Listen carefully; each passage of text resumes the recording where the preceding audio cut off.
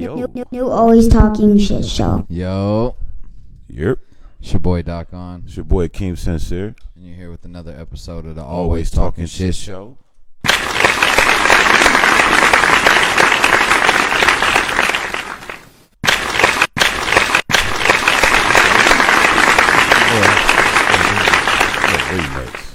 It felt like remixing. What's good with you, man? How your week been?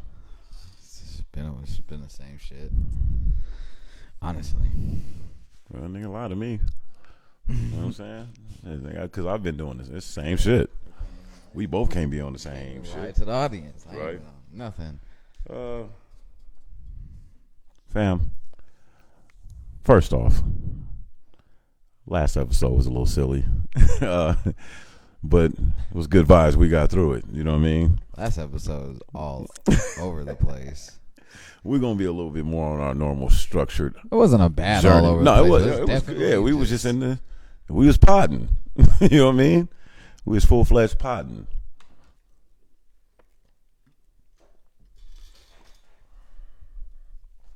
Man.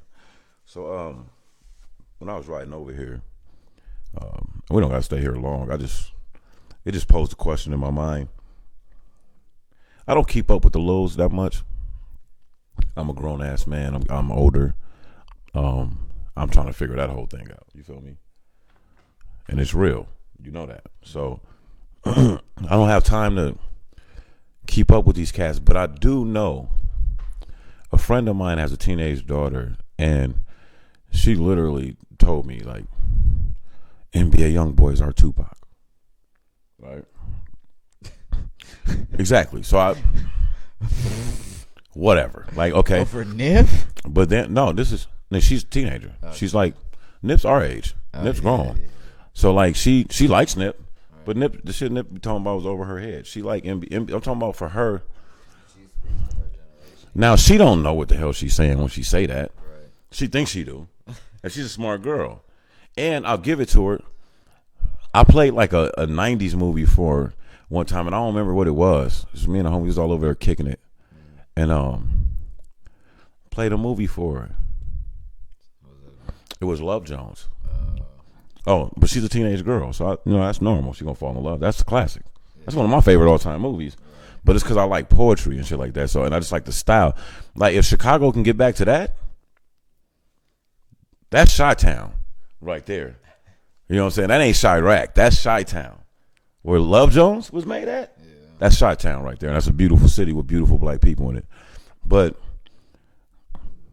she loved the movie. Now, I got my old man bag. I was like, oh, you like that? You're going to love the wood. Oh, you like that? You're going to love, I was just bringing her joints above the rim. And then she stopped me and was like, no, I let her see Bad Boys, the original, the first joint. And she stopped like halfway through the movie and was like, Akeem, man, movies were so great when you guys did it. So she's like really into cinematography and like nostalgic stuff, like things that's nostalgic to us. Well, the reason the movies were so great is because you got to think about how they made that happen. That's what I'm with saying. No CGI. So I was telling her that. I was telling her like you know what she was mainly speaking to? Because young people are spoiled technically, just like how we were. So you watch some old school shit and you can see the camera cuts. We laughing at our pops. We laughing at our moms. Like, man, you like this weak, right? Or, some parts is funny. We laugh at it. Well, what's up, Pops? I know we live, but you know what I'm saying? I'm always going to holler at Pops when he come in the room, you know what I mean? But anyways, she was talking about, because I thought she was talking about, I was trying to go in that bag too. I was like, oh, you gotta understand when they make these movies, like they really was rolling cars and doing all that stuff, right?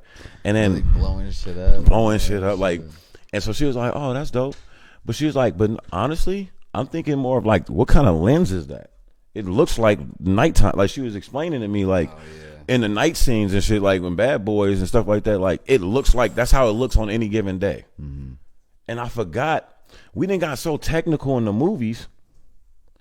You know what I'm saying? That a lot of that's artificial. It's so artificial. It almost has like a claymation aspect to it. Mm-hmm. And that's what a lot of people didn't like about the third Bad Boys. That it happened too late. It happened too late. So now the style of movie is completely different. Get away from there, nigga. Go lay down. He's talking to a dog, not a child, just in case anybody was concerned about that.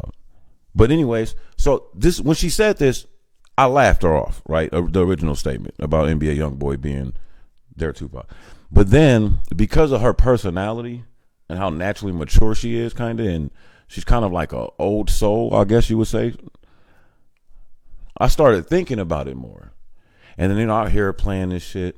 I'm listening to her friends when I be around, I'm listening to her friends, and I start paying attention to this kid a little bit more. Then I found out he's like the most streamed artist ever. Yeah. Exactly. Because this dude don't even have songs that be on the radio like that. And that's why he's a weird figure, bro. But like, I'm going to explain this to her next time I see her. He's not our generation's Tupac. Your generation's Tupac. He's your generation's Tech Nine. Mm-hmm. This nigga's a new Nina. Like, he's making millions of dollars. Very low key. I mean, other than the bullshit he gets into. Right. Like, most of his story is like his story. It ain't like, but his music, oh, nigga, he's not one of them niggas that's just, because I thought I pegged him wrong. I pegged him like as a cooler Lil Pump. No. Or a moral hood Lil Pump, in the sense that, like, oh, the way you're getting this money is more so off clicks and, that YouTube, that internet shit. This new era shit. Nah, YoungBoy has a huge dog. That's what I had to go do my homework on. And I'm saying, hey, I'm not even sorry for being late. I'm closer to 40. He got a few songs than I am 30. So at the end of the day, I ain't tripping. But he be spitting and he be talking some shit. My nigga. He do be talking It's funny shit. Because some people, I'll get into them by their interviews. Yeah. Not their music. Your single probably don't catch me. The way you dress probably don't catch me. He doesn't interview well. I know. He don't. That's just it. He doesn't do very many interviews at all. He don't do interviews. The only time you ever seen him really in an interview. What I'm talking about is like, he does a lot. He's this era. So he does a lot of talking on his phone. He really don't need interviews. No. Because if he feel like saying something, he just going to go live. And you can't censor him or edit it. Nope. And even if you do, you don't have a platform. So if we were to chop it up, we don't have that kind of major platform. So at the end of the day, most of the fans are going to get on our heads. Like, man, that ain't what he said. Right. You know what I mean? So it's just a weird thing that these kids are able to like skate something that other artists and other generations had to navigate. And it started to hit me like, damn, that's why these kids are come off as antisocial. Not when you put a camera in front of their face. Go put a camera in front of Ho's face on some video and live watch him shit. Get antisocial. And watch how weird and awkward he gets, and then do it in like, go to who they always getting on. What's his name, dog? The little singing. I can't think of his name right now.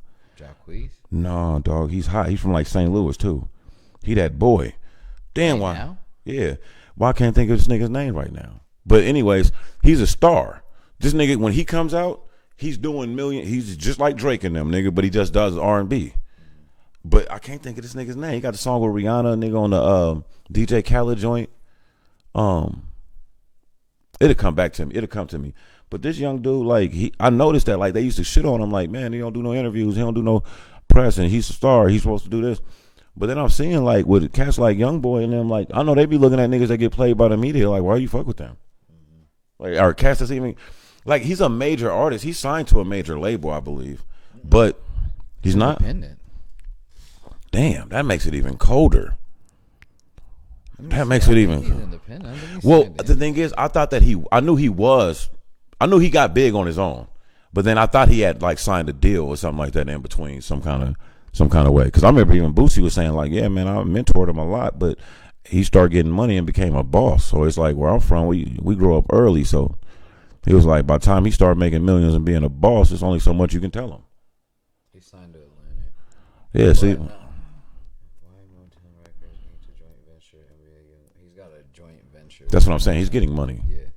So he is signed to Atlantic, but he has artists with a joint venture through Motown. Yeah, he's getting money. Yeah. So which means he's quiet as kept, bro. Lil Tim and Quando Rondo are his artists. Yeah. Oh yeah, they are exactly. That's yeah, where the whole. That's why allegedly him and Dirk is beefing. And allegedly this all came over Von being with a certain one of his baby mothers or something. I don't know.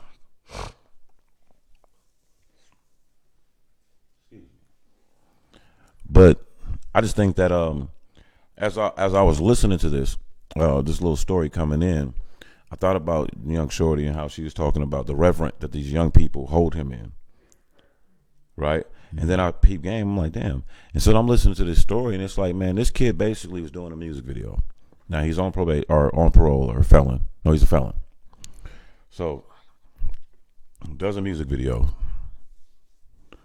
and he's on felony for attempted murder. I think he blamed somebody or something like that. Does his music video. His boy next to him, one of his homies in the city out there was there holding him down. Had some burners. They used them as props. Everything was cool, but they was loud in terms of like when he shot in the video and like probably in somewhat of a residential area. A lot of people came out, looked. So, spectators, police get word of this.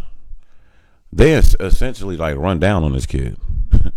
They come deep, run down on him, take $300,000 in cash, confiscate chains and watches, you know what I mean? And they ended up having to give it all back. And shortly after that, you're hit with this big federal case, and it's like, man, it ain't nothing there, according to his lawyers. Yeah, they were just embarrassed. He was supposed to get out on his bond hearing, but now they're not letting him out because while he was in there, he got into a fight. But he's a celebrity in jail. Well, yeah, that was gonna happen. You got him in GP. Yeah. So it's just like with Kodak Black. I noticed. I'm not saying this dude is soft at all. I know he ain't soft. You can't come from where he's out of and be soft. Mm-hmm. I mean, Haitians ain't even built soft like that, to be 100. And nigga, he was in prison like, yo, get me. You don't remember when that nigga was like, Mr. Trump, please pardon, like, get me out of here. Mm-hmm. Nigga, when a boy from Broward County is screaming out for Mr. Trump, something's wrong. But one thing he knew, his lawyers knew, is that Trump was on the back end selling pardons. Right. And he's a multimillionaire. Like, Trump don't give a fuck about what you did or who you are. Yeah, you run this bread. Right. You run this paper, you getting them papers. Allegedly, that's why Jimmy Hinchman ain't get out, because he got pardoned and do it like via paperwork. Mm-hmm. But allegedly, maybe the money ain't get right, and that's why he's pardoned and still in prison. His lawyers are trying to work on that now. So, I don't know, it just got me thinking, like, because what we were talking about last episode, do we need our federal government, our FBI? Like, okay, so all these rappers and shit that's catching these Ricos, are they the most dangerous street dudes? Fuck no. So why do I need to? Hell no, I don't mean to like laugh like none of like. That's some my point. Of them it's laughable though. Some are like some of these niggas is like FBG Duck as a killer. Mo, yeah, but he ain't had no bodies on him though. Not legally. Well, known. That right, but the streets talk. You right. Yeah, they know. Even Mo, when Mo 3 is a stepper. Big stepper. Right. Alleged. Well, he's gone. But yeah, allegedly. All right, I ain't gonna put that on my man's name. Allegedly. Yeah. The nigga was allegedly a huge stepper. And was vouched for by many credible sources. We know Vaughn was out there big stepping. Vaughn was a stepper. He was a whole demon. Lil Tim. Yeah, he didn't hesitate. He shot him quick. That's not a nigga who. That's the thing, because I like the shit. That's a demon. This the part that look, the school I come from. If I got the blammer on me, I'm not pulling. And you're fighting. I do something. It's a one-on-one fight. Yeah, exactly. Yeah, we're gonna see. Fam, even if he come and just rush you like that, and y'all start fighting, I'm gonna give you a couple seconds to get your one. I might, Mm-hmm. Hey, let my man stand up, nigga. Yep. Let my man get up, nigga. You rushed him from the side, or whatever. I might just yell out like, "Hey, man, let my man get up." It's gonna turn into something else. Mm-hmm. But that's that young boy shit. They young, they scared, right? But I'm just saying. Like you said, no hesitation. Hold on. Tim, you know why though? You know what turned this shit up? And I be arguing with a lot of niggas our age, and I ain't even a street dude at all. But I'm an '80s baby though, and I survived that. I survived my story and where I came from. I'm just saying that at the end of the day, fam, like we didn't have to worry about catching an L and it being videoed in 4K for the rest of our life. Nigga, I might have a son one day, fam. And he might be talking shit to a little knucklehead at school. And he be like, nigga, at least my daddy ain't get dragged, nigga. And tag him in it or something. Now I'm going to tell my little nigga to do the dishes right, nigga. Like, you know what I'm saying? Like, I have to go catch this nigga that beat me and kill him. Right. And that's not what we own. Like, but that's how people can think. You know what I'm saying? People are like, hold on, man. Like, I'm looking at some of these kids and I'm like, yo, like the boy in Texas, they strip searched him in front of his peers with a gun. and they got to come back to school with him. Yeah, they got shot, fam. Yeah, he shot somebody. Because he got beat up. He got robbed for the watch that his daddy left him, which was expensive. Nigga, they stole his car, joyriding in it, got him all kind of trouble. Nigga, they was just terrorizing this black kid. Some other black kids. And that nigga blamed him. And they were younger than this kid. But this kid that just came from private school, like he argued with his family, like, no, I want to go to public school. So they got him in public school. So the first year he wasn't really going too hard. He wasn't going to let him know, like, man, I'm kind of getting bullied at school, but it's whatever. He's mature. But that's, second year. And really what got the dude shot is the dude came into class. It's on video. You come into class, right? Everybody knew that he was looking for this kid. It's a 15-year-old boy, a freshman in school, maybe sophomore. He's that badass that he come to school and the teachers, the school police, everybody know he's looking for Andre. And when he see Andre, he going to do something to you. You're a senior about to graduate, honor student, never gets in trouble, right? You're not protected, though, because you're a black kid in America, and you're supposed to be tough. This is how you niggas live. You're supposed to be able to survive this. So he come to school after all these assaults. The parents are raising hell. The administration ain't doing nothing. That's why he's out on bond as a school shooter. Yeah. Because they know, no, there's some other responsibilities here. This ain't a normal school shooting. That's why they don't talk about the shit no more. That was self-defense. He was standing his ground because he in Texas. But they ain't gonna let that slide on school. The nigga went to the nigga comes to class looking for him. comes to class while he's in class. Teacher's there. Comes to class. Why he's not looking, he's doing his work. He's a good kid. Come in, dope fiend him. Bam. Then pick him up, grab him out the chair and suplex him on his head. Ah. His friend come in recording it. They kicking him. Fam, you can see the students yelling at the teacher to do something. You see one of the girls get up like, help him. Like, this ain't even a hood school in Texas. This is like a suburban type. This is Reed in Texas. Wow. You know what I'm saying? But they just bullying this kid. Like, they just going hard, playing gangster, right? The whole time they whooping his ass, he got his grandpa's burner in his joint. But he's not a shooter. He ain't trying to kill nobody. You know when he laughed off on them niggas? When after he beat him up, he's like, man, I'm about to go whoop your little brother's ass. Yeah. What? Exactly, nigga. Okay. Did he let it go? Let the boy in critical condition. He let it ring on Let it ring on him, nigga. What you mean? Nigga, you ain't touching my little bro. What you mean? Hey, and all teachers, they just let you come in here and do that to me. You little young niggas that got little young nigga that got your ass lammed and up in critical condition. How 6'9" you say? Stupid. How the fuck you feel right now? If you die, you die, That's nigga. Stupid, bro. I don't feel bad for you. Hey, I don't feel bad for your goofy ass fucking parents who let the shit go on. That's what I be saying, dog. I don't feel bad for none of that. That's what I be saying. So I don't want, fam. Fuck that. I don't want your parents to be weeping at your Charleston funeral. White, None of that. You know who shit, got this nigga. boy's story really out there? They know how much Charleston White is the one that got his story out there. They know how much of a fucking little dickhead you are, my nigga. Dog, you a little. They know who the fuck you are, And it's nigga. the thing, though. If they don't, bitch ass. Hold nigga. on. And if you actually playing two sides, because you know some kids is capable of that. And if they don't know, you ain't been involved enough in your Once they life. find out what's going on, like, that's the thing, though. You're right. I'm not even going to go down that road because there's no way, because the other parents were active and, like, letting the school know, like, yo, what do you mean this kid is back in school? So which means they've reached out to the other parents and, nigga, fuck out of here, nigga. Matter of fact, I think that's what it was. I think he had finally got suspended and then came up to the school like, I'm going to beat this nigga's ass. Like, you know what I'm saying? So all I'm saying is, bro, let me tell you something. You do that to my kid, I'm like, fam, let me tell you something, bro. Like, let me tell you something. I ain't gonna hold you at all. Man, if you walked into my son's class, beat him up, your homeboy joined in, you live streamed it, and I found out about it, I might be in jail for killing 15-year-old kids. I'm fucking. So this is my thing. Both you niggas. This is my thing. This is what I'm talking about. Fuck out of here. This is what I'm talking about. Now, I'm not saying these kids are perfect, right?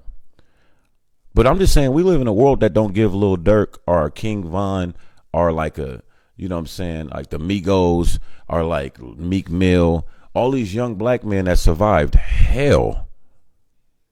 And yeah, they might be rough around it. It's like what Pac said, nigga, about the rose that grew from the concrete. Yeah, nigga, my manners is off.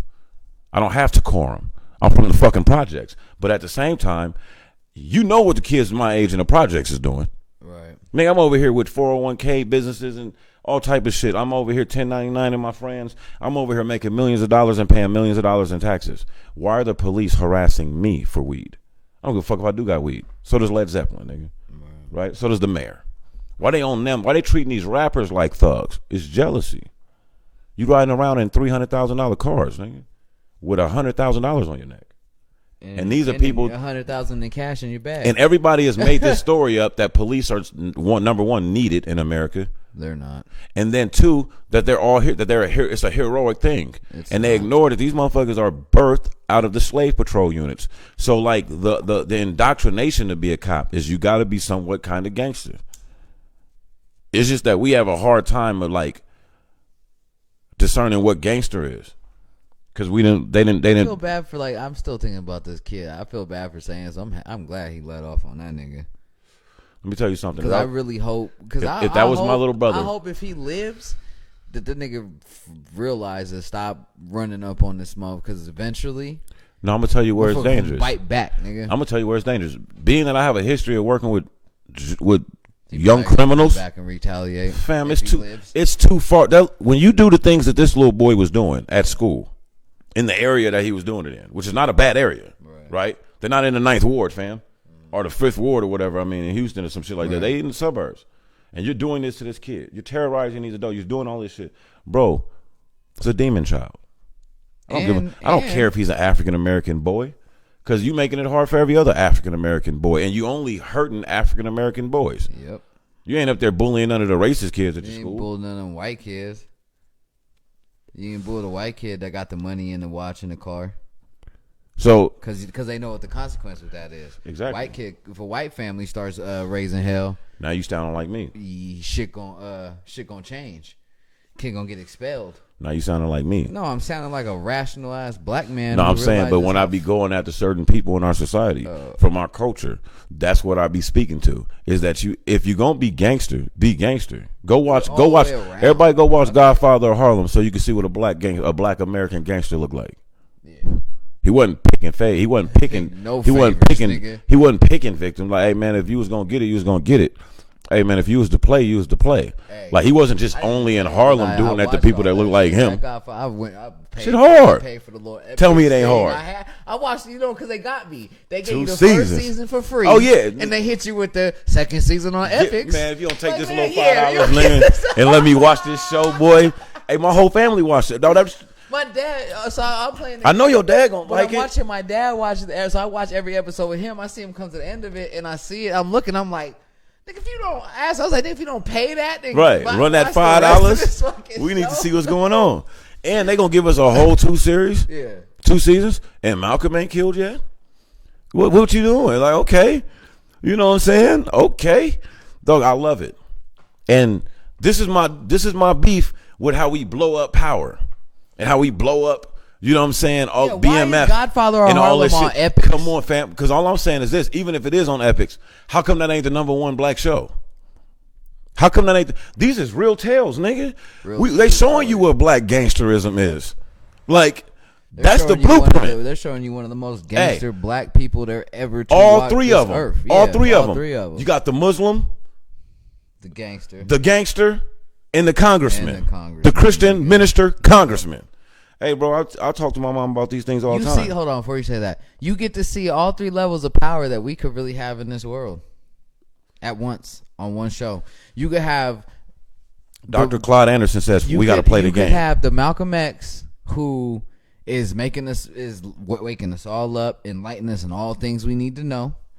Then you got the fucking gangster who's fucking patrolling our communities, making sure our community is right, knocking off anybody who ain't for us. And then you got the congressman who's helping all this shit happen, who's connecting all these dots and getting whatever funding for whatever shit, making Miss Bumpy Johnson the head of his little thing, getting her on his nigga. That's what you niggas should be watching and taking notes from that shit. Because if we all got on that, if we had a fucking group of the Muslims, a group of the gangsters, and a group of congressmen, we run America, and they would have to fucking a group of the Christians. They wouldn't know what to do. You know what I'm saying? They would move. They would do another migration. Like no, this is the thing though. No, this is the thing though.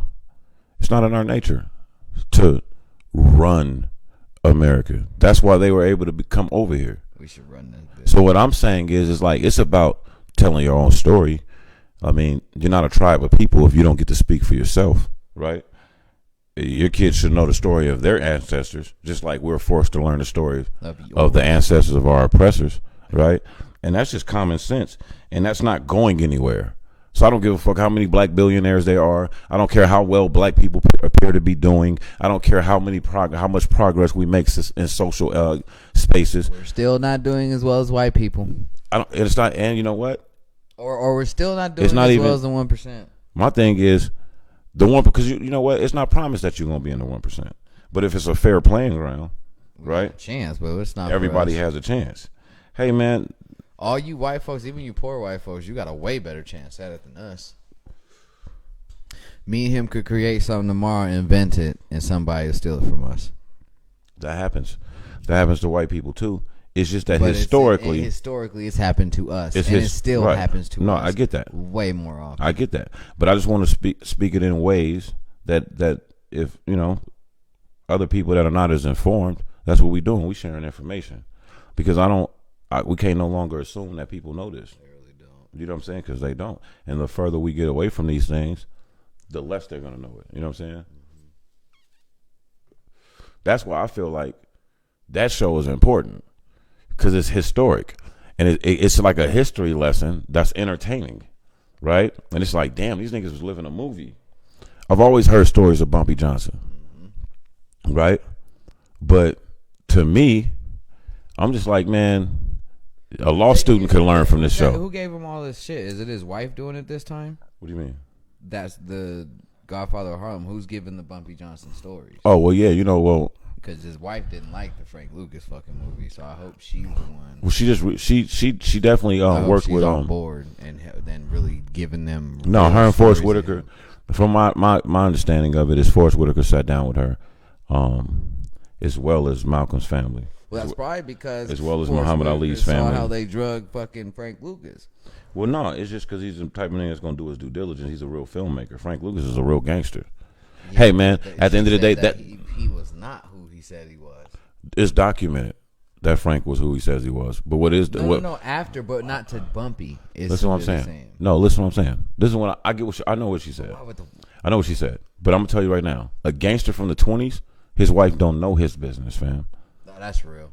Like, I mean, come on, fam. Like, and I know that she's gonna speak for him because that's his wife. That's been his wife for longer than I've been alive. Frank was even like, come on, fam. He was on Vlad, he was respectful. Frank said, "That's the queen." I ain't saying nothing. That's her. What do you look like arguing with Bumpy Johnson's wife about some shit that he knows she don't know nothing about? You think she told Bumpy? You think Bumpy Johnson came in there and was like, "Yeah, man, I had to have Frank kill these guys and do this." Basically, did this. She got it. Well, fam. That's basically all. She got it. At the end of the day, what are you supposed to do? Nothing. He's a gangster from the past. Because he might get knocked. They're gentlemen. Fucking with her. No, he ain't gonna get knocked, but he has respect for Bumpy. Yeah.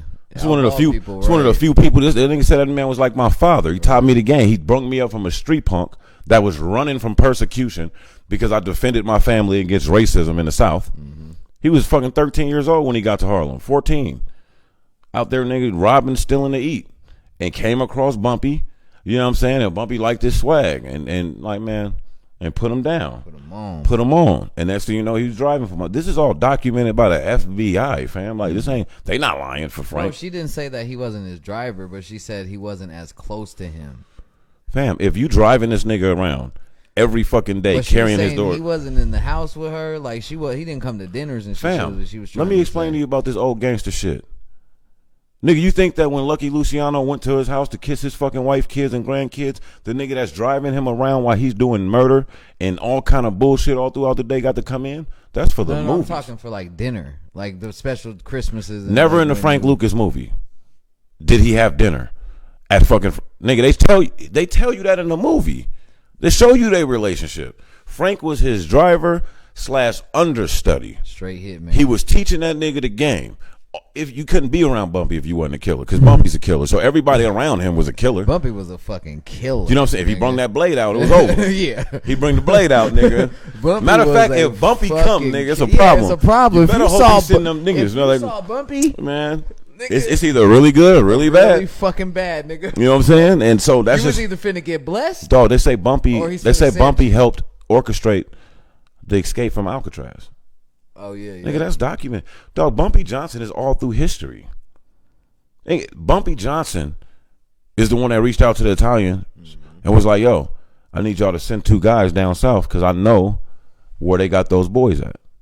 Nigga, the whole country was looking for these boys. Bumpy Johnson, through his channels, got a message to the fucking president.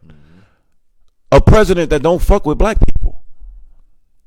And worked some shit out and was like, yeah, man, we can't do no, we don't, you know, we can't go under the law. We can't do the shit that you can do, man. Go get our boys. This is 2 black kids and a Jewish dude. So when you see these movies and they play up the Italian racism and they play up the, you know, that's what they do in white movies. But nigga, they make it seem like black gangsters were subsidiaries to Italian gangsters. That's why I like Godfather of Harlem, because if you know your history, nigga, know the fuck they wasn't. Hey, there was no Guinea organization putting the extortion art game down on Bumpy. And if they tried, they died. Just like they wasn't fucking with Queen before him. Mm-hmm. You know what I'm saying? And Queen was Bumpy's OG. Yep. Taught him the game. You can go watch that movie Hoodlum when they talk about that. That was a cold woman. That's Queen. You know what's crazy about Queen, though? I was reading about her. Queen lost it all. Not lost it all, but she went out bad, kind of, because Queen... She was going to prison at the Queen, you know why she went to prison, right? Nigga, her husband was cheating on her. Oh. Some female type shit. Yeah. Like, she just... And really, I ain't gonna say no female. I ain't gonna do females like that, because... We all seen Mr. Biggs. Some emotional. We all seen what Mr. Biggs did to Kels. Emotional type shit. Yeah, so it was just emotional. Straight emotional. It was just emotional and passion. She love. like, you know what I'm saying? Okay, a crime of love. They say a crime of passion. Yeah, that's exactly what that is. Yeah, that was before that term though. Nigga, it was like, no, you ordered the hit. Nigga, but no, we know what it, nigga. That was I can't live without you. So no, like nigga, you running around. Me looking nigga, you running around with this little bitch nigga in Harlem, and I'm the queen, nigga. Right? Like you got me, nigga. Somebody got to go. But this is the fucked up part, nigga. I forgot who it was. If it was either the female, no, she didn't go out. She was player. She shot that nigga, got shot up, and he survived. Yeah. I think he took like 11 of them and snitched back in the day. He definitely snitched on her too. That was another thing. Told on her quick. So she went and did her time. Man, still was a boss. Got out the game, worth millions of dollars, and went down south, bought some land, and lived out the rest of her days. Got remarried, kicked it, had family, all that shit. Like.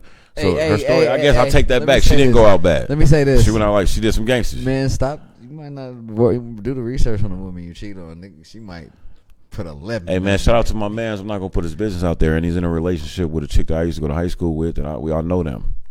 I love them. So I'm not putting his name out. Mm-hmm. But if you're watching this shit, the nigga going to crack up laughing when he sees this.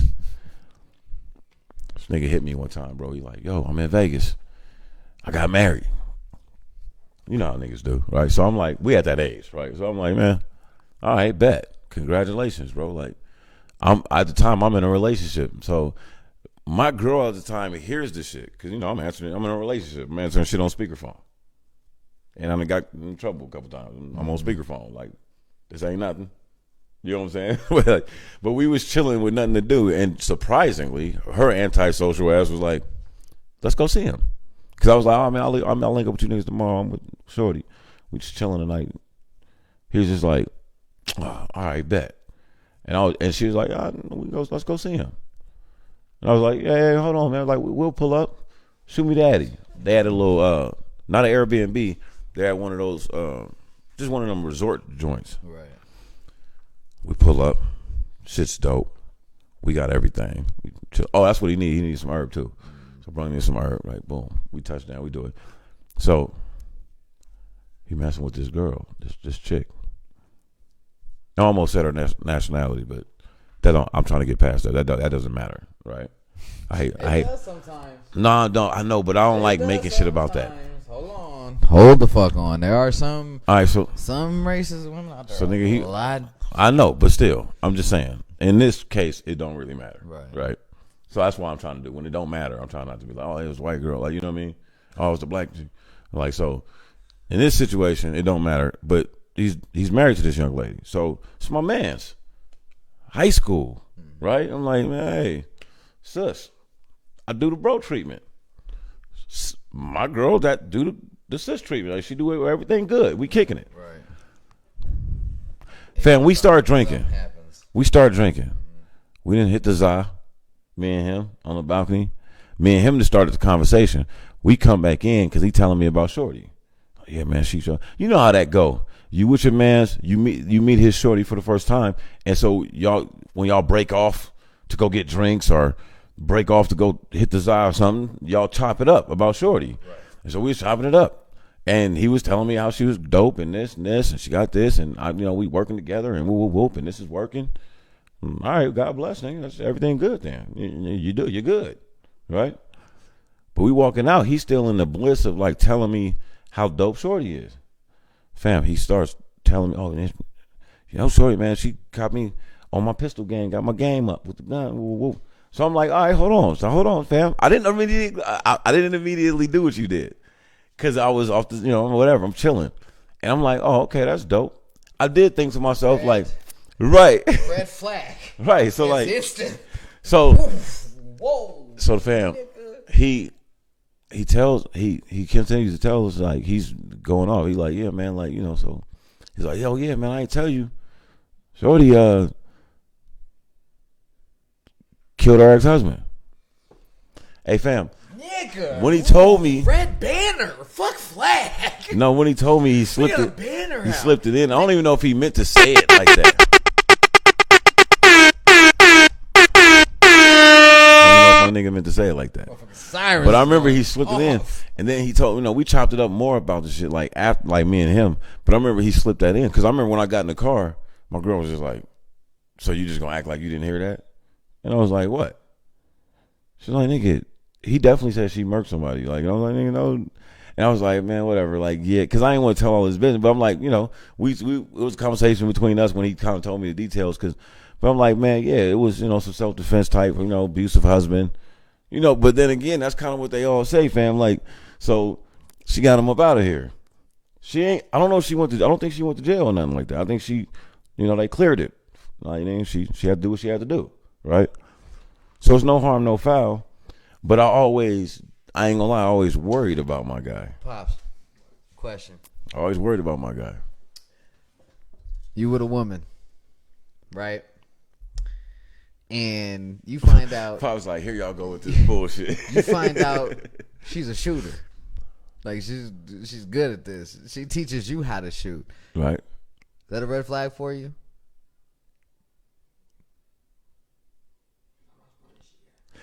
And to me, it depends on where she's from, too. Okay. Right? Let's add to it. Then you find out she smacked her ex-husband. Killed this nigga. Does that not a red flag at that point? This bitch is a good shot. And she done killed her husband once. She already got one body. She got a body. It don't take, if she might quick draw. Bow. See, I like Pops. Pops walk on the wild side like me, man. He do. That's his man. Because I remember. That's Pops. Hey, the funny thing is. Right. Now y'all just in a war zone. Hey, y'all like Eddie Murphy and old girl in Harlem Nights. Y'all both got the banger under the pillow. For each other. Or Mrs. Black. All that. Just on alert. Like side eyeing each other. Like, man, what's up? Y'all arguments be real tender. Like, you know what I'm saying? Yeah, you. Like, let me not get her upset. Real man, like, yeah, man, she's already drunk. So my ex, you don't say nothing. fam, my ex used to beat my head about it. Like, you don't think that's weird? Every time, like, she would bring it up. Like, she wasn't talking trash about her because she liked her. We liked her. Mm-hmm. She was cool. Mm-hmm. But that's my man. So I'm worried about my man. So she put it in my head, like, damn, is my man like? You think I should be worried about him? She was like, I would. Like, I definitely. And then she would always ask her friends, like, girl, if you found out Akeem knocked his ex-girl up, like, would y'all want me to? And they always like, girl, I would be like, no, you can't be with him. Nigga, woo, woo. And I was just like, yeah, but I'm not a girl, though. So, whatever. Like, my guy's good. I'm like, not going to lie. He ain't I'm not letting you go out like that. My nigga ain't no punk. You know what I'm saying? I As knew she soon wasn't going as to get the drop on my guy. As soon as you said, but she put me on. But this the thing, though. He hit me. Hey, this is my dude. He always do this.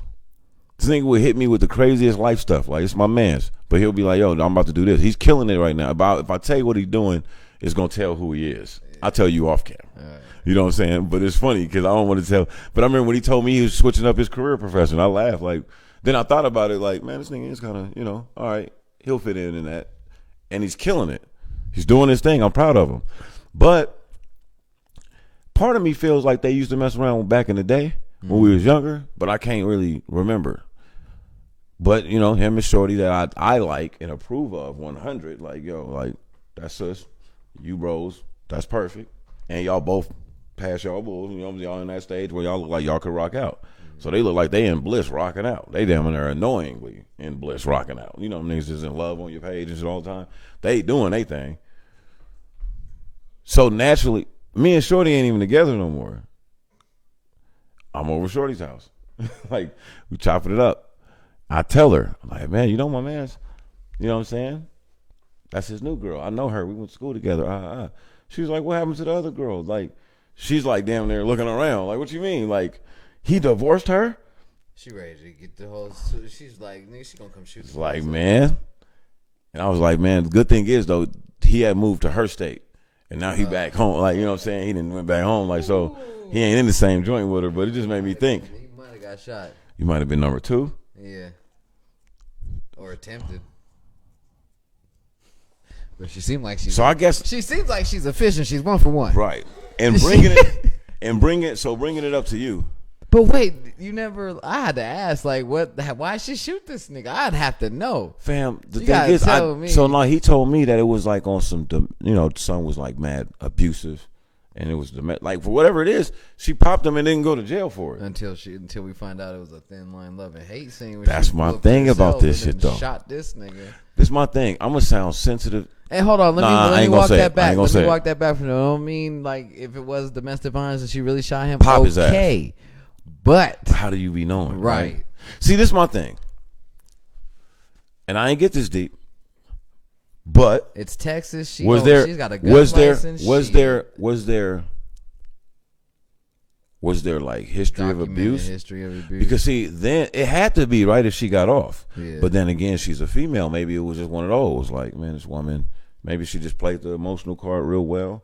You know what I'm saying? Used those fear tears and made them tread lightly. Yeah, I know. You're right. I ain't trying to jump in that bag. Tread lightly right now. Kim, love you. I support you know me. Usually, if you say somebody putting their hands on you, I believe you. Jump in deep in, but let me. Right. Yeah, you're right. I appreciate that. Said I was going left. On that line right now, nigga. All right, man. Hey, man. Everybody keep their hands to themselves, right? So nobody got to get popped. But yeah, dog. I can't wait. Mute those. Mute the mics. I gotta tell you who this is. Go lay down.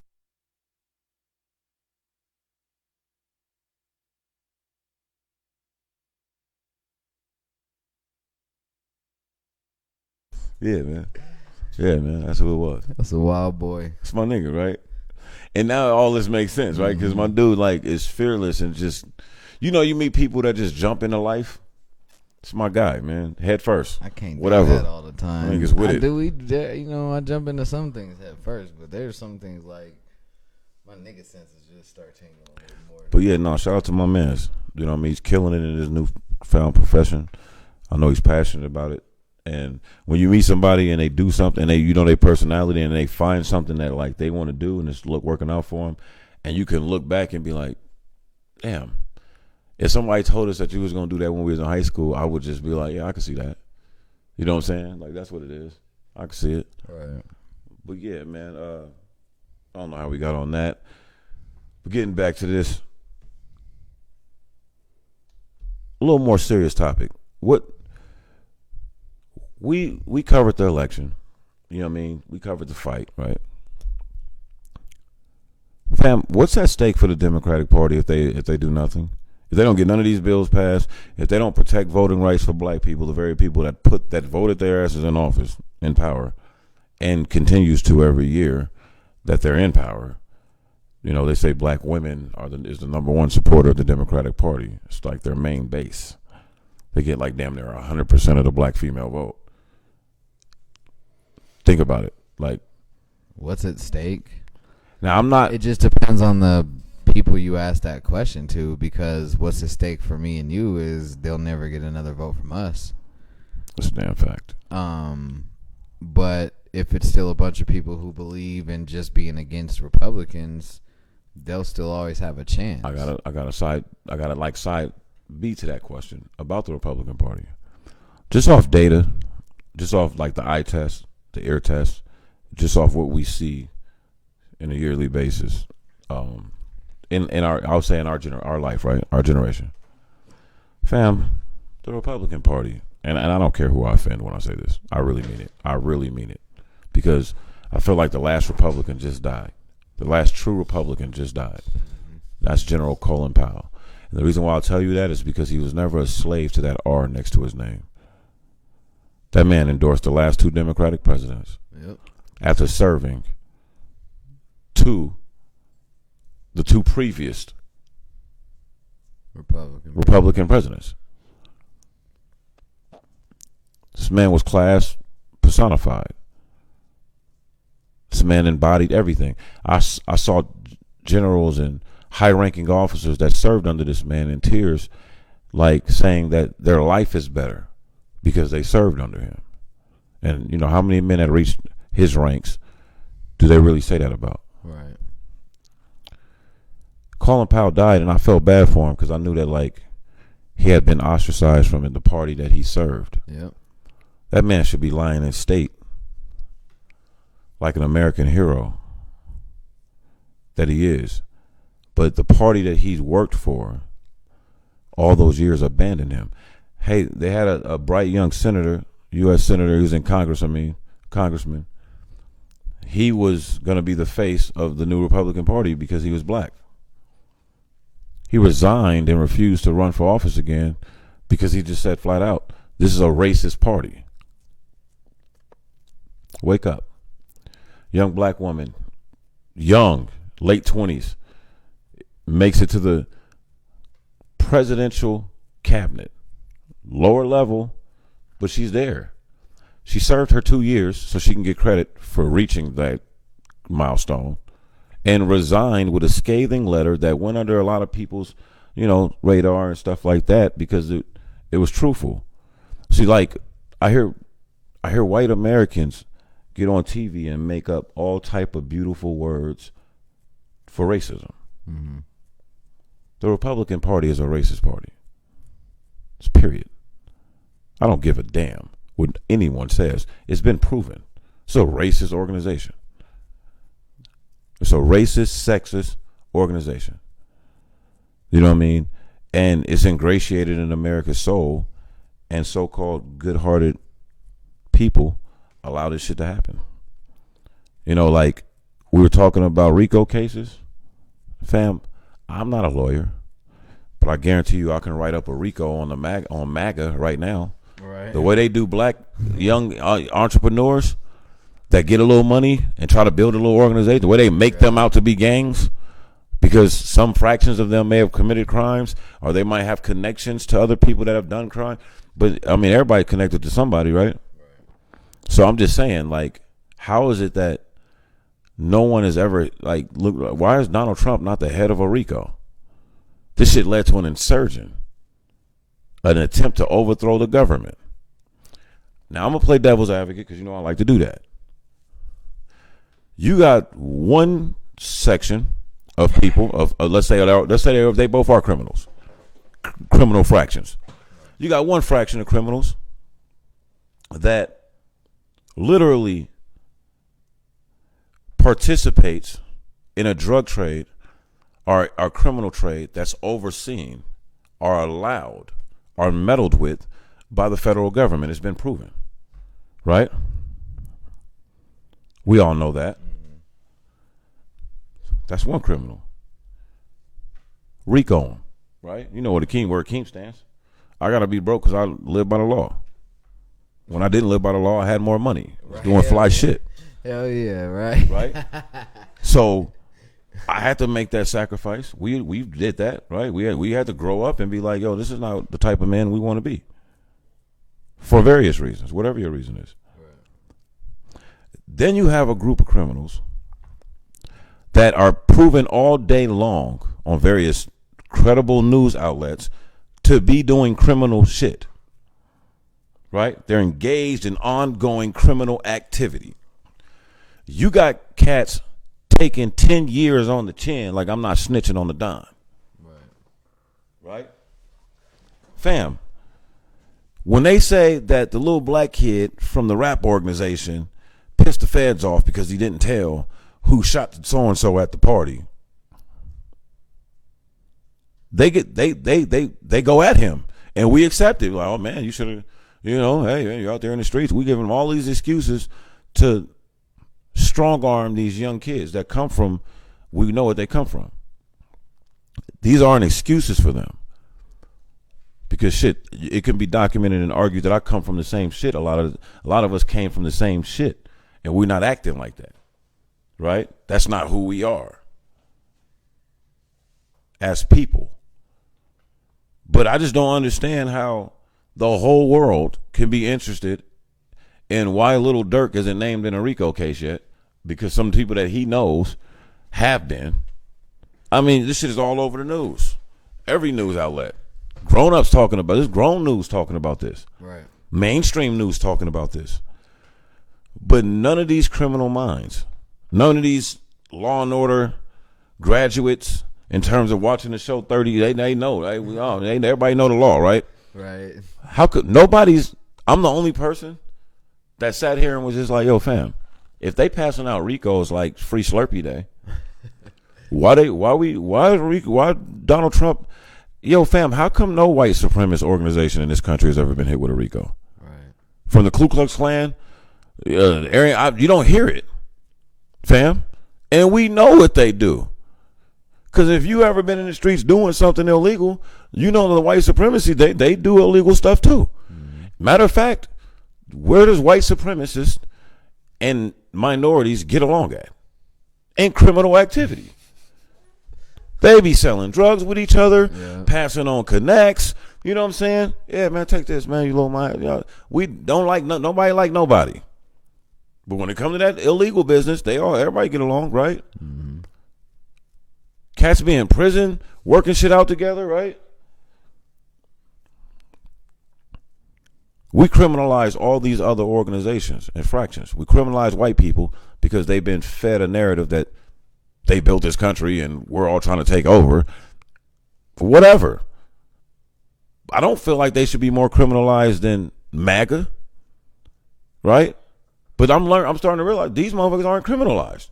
Fam, if you just watch the news, you would put yourself in a non-black person's shoes for a minute. You would literally think there are no white gangs. You would think that the triad Asian gangs, nigga, are just over in Asia. You would think that there's no triads. Yeah. Like, they glorify the mob, so that shit can get you. You can be elected. It's been proven. You can be a mob boss and go from being that to a congressman, CEO of a major corporation. We understand that, but I'm just saying, like, it's crazy because I'm riding over here. I'm listening to the way they're talking about this NBA young boy kid. I'm listening how they talking about Lil Durk, and I'm thinking like, damn, these are kids from some of the worst areas. Like, if you told a person this is where you're gonna grow up in this part of Louisiana, hey, this part where you're gonna grow up in Chicago, educated people would be like, those two kids don't really have a chance. Fam, at all. Look, dog, my mom's a retired social worker. I worked in social services. Like, I've been around. I ran group homes that are sanctioned by Medicaid. I've seen kids. I know what a young killer look like. Mm-hmm. I've seen kids that have seen the worst of the world already at 15 years old. They're still babies. Nigga, they still like video games. You can still win them over with a Snickers. Nigga, like $20, nigga, and a haircut. Nigga, I mean, they're still babies. This little motherfucker might have 2 bodies on him already. This little kid was already in Oakland selling female body parts. Mm-hmm. But he in school getting good grades because he got a place to live and a roof over his head and ain't nobody shooting at him. Like, ain't nobody pulling at him. So I'm just like, we know all these things. They make all the movies. There's all the music, right? And that's why as I get older, I'm like, damn, bro, I'm tired of hearing about black trauma. Right. What happened to the good? Man, where them old common sense type niggas at that just made you feel good about being black? Where De La at? You know what I'm saying? Where the Roots crew at? Like, where them? Because we don't got none of that no more. It's like they just, and the people that's on that, they put them off to the side. It's a niche thing. So I'm getting dragged, but that's what we do over here. I'm looking at this criminal entity, and then I'm looking at the very same so-called leaders, politicians that literally make millions of dollars coming into black neighborhoods, black gutters, black suburbs, black businesses, black spaces in this country, pleading to help, agreeing that we are systematically ostracized on a very maniacal way, in a way that's very purposeful, in a way that's covered up often, right? You know what I'm saying? It's like we always been saying, like, it's almost offensive sometimes when you talk to people from outside of the culture and they're like, oh, man, I just never knew. Remember when all the videos was popping up and people were, oh man, I never knew it was like that. You really didn't? Right. We've been saying that. You listen to hip hop, right? Like, why do you think they made the song "Fuck the Police," nigga? You think they did that because they just seen some cops in their neighborhood patrolling? Right. Yeah, it's F12. That's been the mantra of hip hop. Black American music. It's F12. Why do you think it's like that? You can't give Jay-Z a board seat and think he's making that up. You can't dress like Kanye, nigga, and spend thousands of dollars to be like him and dress in the shit that he designs and think that he's making that up. Right. So it becomes insulting, and you're either dumb or you're a participant in some way. You're with that. It's gang shit, but you're keeping it quiet though, because I'm not that intelligent, bro. I don't have a brilliant law mind. Nobody thinks that Trump should be like the head of a RICO. And I know in our culture, I'm snitching right now. Niggas is like, King, what you doing? Why are you telling, nigga? Like, what you want this nigga to go to jail? Nigga, don't nobody wish jail on nobody. Nigga, you weird. And I don't wish jail on anyone. But, hey, fam, this shit got to start going around more circular. And I've said this before, and it's been controversial, but it's the facts. I'm like, man, police brutality won't stop until enough white people are victims of it. Yeah. You start seeing white kids get popped. That's why the shit that Irv Gotti wrote, that tells, everybody should go support that. Because he does a flip in that, where he has a whole little short film where everybody that's white is treated like black people. And everybody that's black is acting like white people. And it's crazy because you've seen all these little white boys get their head knocked off by the cops and all this type of shit. Like, you know what I mean? And then you see the black dudes come in and cover it up. It just makes you squirm all through your body. Because one thing, as a black person, you not with that. Even though it sounds cool, that first you be like, oh man, that's what's up, man, because they need to see that. But you can't take it because you be like, man, this is fucked up, man. They're going to kill that little boy. I didn't know what side to be on. And that's when I realized I don't have a victim. I'm not a victim of tribalism. In a way, I'm proud to be from my tribe, but I'm not a victim of it. Mm-hmm. So nigga, I can be compassionate about somebody that ain't from my tribe. Seeing those little white kids get beat up by the cops and shot, and seeing their moms cry, that shit brought back tears and thoughts of what we go through. So it didn't make me feel good, but it was powerful. And I'm looking at this moment right now, and I'm gonna give you the floor because I've been dragging it. The Democratic Party, bro. I've worked for the Democratic Party. I've canvassed for the Democratic Party. I've answered phones for the Democratic Party. I've encouraged thousands of people to vote for the Democratic Party in certain various ways. All I'm saying is that energy don't leave just because I'm not a supporter of the Democratic Party. Fam, the warriors that got you in office over the elite and all their money, that warrior spirit ain't left us.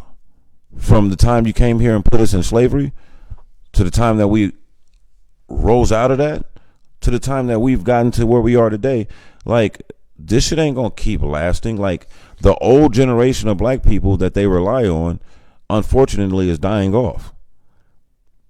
And I'm speaking for their kids. You're not getting 50 years with minimal. Hey man, no, you're gonna pay like you weigh, fam. Or else we gonna start our own party. And those processes are starting to begun. You know what I'm saying? But you think Cube and you think Puff and them are just sitting back They wasn't just talking shit. These niggas got real money now. And real people to call. So when they were talking about joining forces and starting a political party and hand-picking political people and stuff like that to be active in it and go, hey, man, this two-party system is silly. It's silly, man. And I just, we go on your thoughts about that. We only got a few topics. We're not going into anything too deep. I said basically what I was going to say. Like, I know, that's why I went on, because I remember you said that earlier. You was just like, yeah, man, you spoke for me, and I ain't even tripping, because you was 100% like me and Keem out. Same way we was going hard for y'all, the same way we'll go hard against you. I'm just not. I don't need to speak on anything. You know what I mean? I get it. Like, I don't want to be ignorantly blissful, and I'm not being, but I'm tired. Like, I'm tired of talking about this battle that goes on, and it's been going on, and who's fighting for whose votes and who's gonna do who for what, or say who they're gonna do. I'm just, nigga, do something. Do something. Now I will say this though, I try to be politically astute. I do understand, man. These are some seasoned vets, and this is the ugly side of politics: the negotiations, the back and forth, the shaky journalism that kind of leaves you on your edge. Like, man, what they doing? So I do believe that it's probably going a lot better for the Democratic Party behind closed doors than the mainstream media will let. They call it the liberal media, but it's owned by all the shit's owned by conservatives. So think about that. I don't know how liberal it is, watching the media. It's always seemed kind of conservative to me. It's all run by rich white men. Republican leaning rich white men. That's my most point. rich white men are Republican leaning, right? And oh yeah, this shit was bugged out. This shit right here I'm about to tell you, I sent it to you. A woman in Atlanta, popular mixologist, beautiful young girl,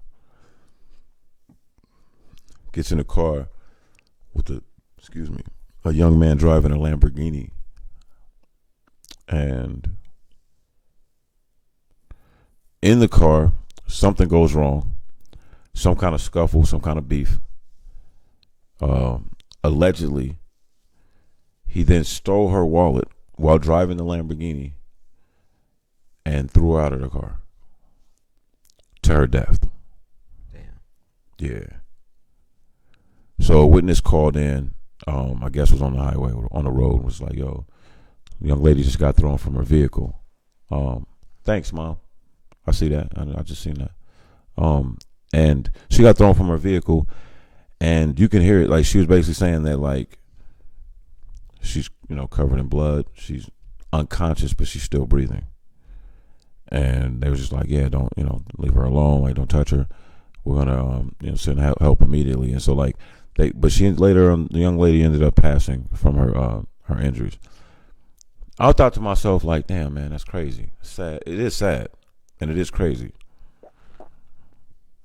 But then, and rest in peace to that young woman. Did I write her name down? Man, forgive me. I did not write her name down. But I started thinking, because the story, I guess, was a little older, and now it's kind of getting national news. But for the first time, like, the person, the man that allegedly, did this, he turned himself in immediately. Like, oh, that's not what happened. You know what I mean? That's not what happened at all. And his lawyer, hey man, God bless defense attorneys, right? Mm. They like your moms. That's the mom that's never gonna, like, my baby ain't do it, right? Yeah, not my baby. Right. Like, if you got some bread, and I'm assuming, fam, with you was in a Lambo. Yeah, you got some. If you doing crimes in Lambos, nigga, you got a little turkey, right? And if you don't, sell the Lambo. Fast. Okay. Matter of fact, hey lawyer, you can have this Lambo. Yeah. I need you to defend me. Right? That works. So his attorney gets on, and fam, I don't know if I just got gassed up by the attorney, but if the jurors hear him, he getting off. Because the attorney came on so confident and was like, yo, man, like, my client turned himself in. He has no violent past or history. And he was just like, not only, because at first they was like, oh man, that's what it is. What else say this happened at in Atlanta? Georgia don't fuck around. Georgia was like, yo, these are 2 black people involved. Let me say that for the story, for reference. But Georgia was like, yeah, case closed. He did it. We got him in jail, even though he turned himself in, right? Case closed. He did it because he used her credit card at the gas station. After he killed her, he went and pumped gas with her stolen credit card out of her wallet. When I first heard that, I was like, you son of a, you know what, man? You ain't shit. You ain't shit at all. And that's what sucks about being a human and depending on humans for your, like, a jury pool and shit like that, right? But anyways, I instantly was just like, oh, this dude ain't shit. He's trash. He's scum. He's scum gang, right? But then I'm listening to his attorney, and his attorney was like, man, like, no, we have record, we have proof from they saying from the inside the car, which I'm thinking it's a Lambo. So I'm like, it probably got some kind of recording shit in there or something, or maybe he has his own something in there, right? And or he record when he fuck bitches, or he was recording her, and I don't know. But they were saying, he was like, man, we have the evidence to prove that, unfortunately, although this is a tragic event, this is no more than a tragic accident caused by the victim. Like, I guess maybe Shorty didn't know, because he kind of alluded to, like, she may have, like, jumped out of the car in anger, like she was upset, she was on drugs, she was irate, like it was a fight going on, passionate fight between the 2 of them. But this the thing though, fam, I done been in a Honda and had a shorty jump out on me in the hills, and I remember thinking to myself, like, I just didn't want to get in trouble. So like, man, just let me take you home, right? Because I don't want shit to happen to you, and I'm the last person with you. I'm big on that. So eventually she calmed down, got in the car. I definitely took her ass home. But I remember it was snowing, fam. And after the fact, when I was telling my man about it, I told him, I was like, "Damn, nigga, in the snow?" I was like, bro, she jumped out in some hills in the snow. I was doing like 25, 30. Enough to roll. Enough, dog. I've seen cats break their leg doing that shit playing around in Jordans. Like on a sunny day. So like the fact that she just and was mad, like, F you, like, I don't need to, like, you know what I mean? I was like, whoa. I remember like thinking that. So when I seen this and I'm hearing the guy talk, I'm like, man, well, I know we gonna be like, because I'm already thinking he's a scum. But I start thinking like, well, shit. Why do you use her credit card though? That's just it. The lawyer was just like, he didn't use her credit card. They have them on, like, well, I guess he didn't use her credit card illegally. So that was the catch that in the word that he said. Now, if they got him on camera using the card, while she's still alive. No, this is the thing. This is the thing. Well, yeah, it would be while she's still alive. That's so now maybe they got, you know how I know how investigations do. Hey, cops they're a gang too. So I don't just trust anything the cops put out there, and they're lazy. So if they know, like, okay, man, we got this footage of this dude that's, you know, alleged to do this crime. She's now dead. That's a murder. We got a body, right? And allegedly robbed, right? Because maybe how did they get to that? Because if he pushed her out to her death, who did she tell that he stole her wallet? Right? Now, if they're assuming that because he used her wallet after he allegedly did that, that makes sense to me, right? Then that's stolen. She's not there to authorize it. But if that video footage is proven by his attorneys that no, this was when she was sitting in the car, a little too faded, and he refused to pay for it, and she was like, use my card, right? And he went in there. Now, I don't want to sound like I'm caping for anybody. I don't know what happened. I hope justice is served, because as I'm talking and hearing myself, it sounds like I'm reaching to like prove my man's innocent. Hey, he ain't my man's like that. I talk like that, so, you know what I mean? Whatever. But I don't know him. God bless her and her family. I'm just saying the story is kind of bizarre. And when, like, the quotes from her family, none of them were like towards him or the situation, which I guess isn't abnormal, but it did strike me different. Like, damn, they didn't really like allude to her being like a victim in any kind of way. But I guess they could have just been, you know, speaking on behalf of the person, their fallen loved one. Mm-hmm. So I'm not gonna hold that or read too much into it. But yeah, bro, it's a crazy story. My question, just for questions, we just throwing shit at the wall. I've never driven a Lambo, but I drove my friend's dad's Corvette, like a new one, just up the street. And boy, that that little throwback. So I'm just like, man. Nah, what would kill you from jumping out of a car, one of them cars, is how low it is to the ground. So that's what I'm thinking too. Is that low to the ground? You're instantly hitting the ground. You're right to the ground on high contact, and You might have got rolled over. this is what I was thinking. If Shorty did jump out on some fighty, like some, just let me out, right?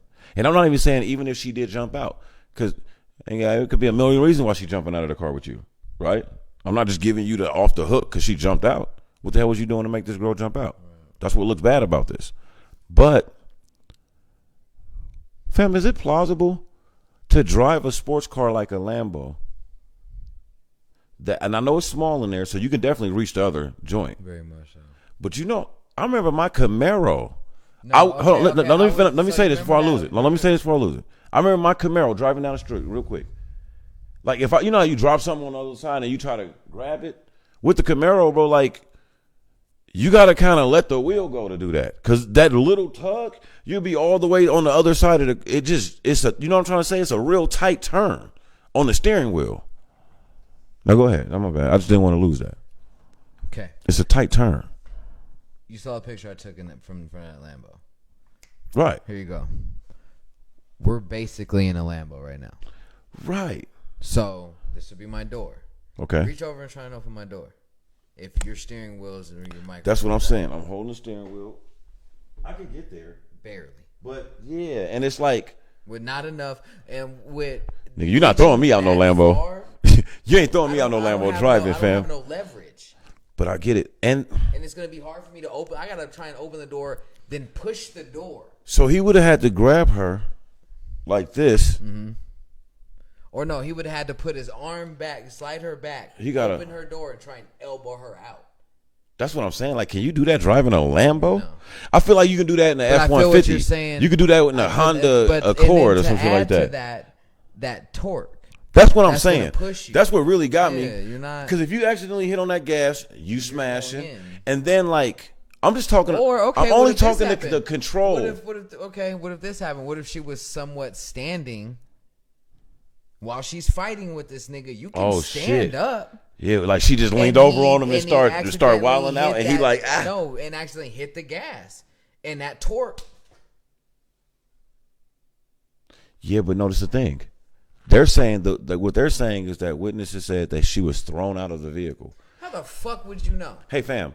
All I'm saying is, I told you this is why I brung this up. This is why I brung this up, bro. Differentiate those brake lights to the lights of the panel of the door. Fam, this is what because they're both red. I can tell you that from being in a This Lambo, is what I know. But this is what made me start thinking, like, damn, some might. Hey, like it might be light at the end of that tunnel. Lambo is this, and here's the thing: a Lambo dash is this low. The seats would be lower. We'd be sitting like this, right? So and you're sitting in. You kind of like in. And you in, right? You in. Stood up, holding and say I'm holding thinking I'm strong enough to hold this windshield, and then and you hit that gas, and I'm not. I'm out the car because I'm already standing. Right here. Oh yeah, fam. Hold on. I just thought about something. Right here is where your back, no. is sitting. Nigga, we just we messed up though, because we didn't give it Lambo doors. No, depends on most Lambo doors don't go up. That was only really for the Diablo and a couple other ones. Nigga, damn near every Lambo I've ever seen. Then it was the same. You kept seeing the same model.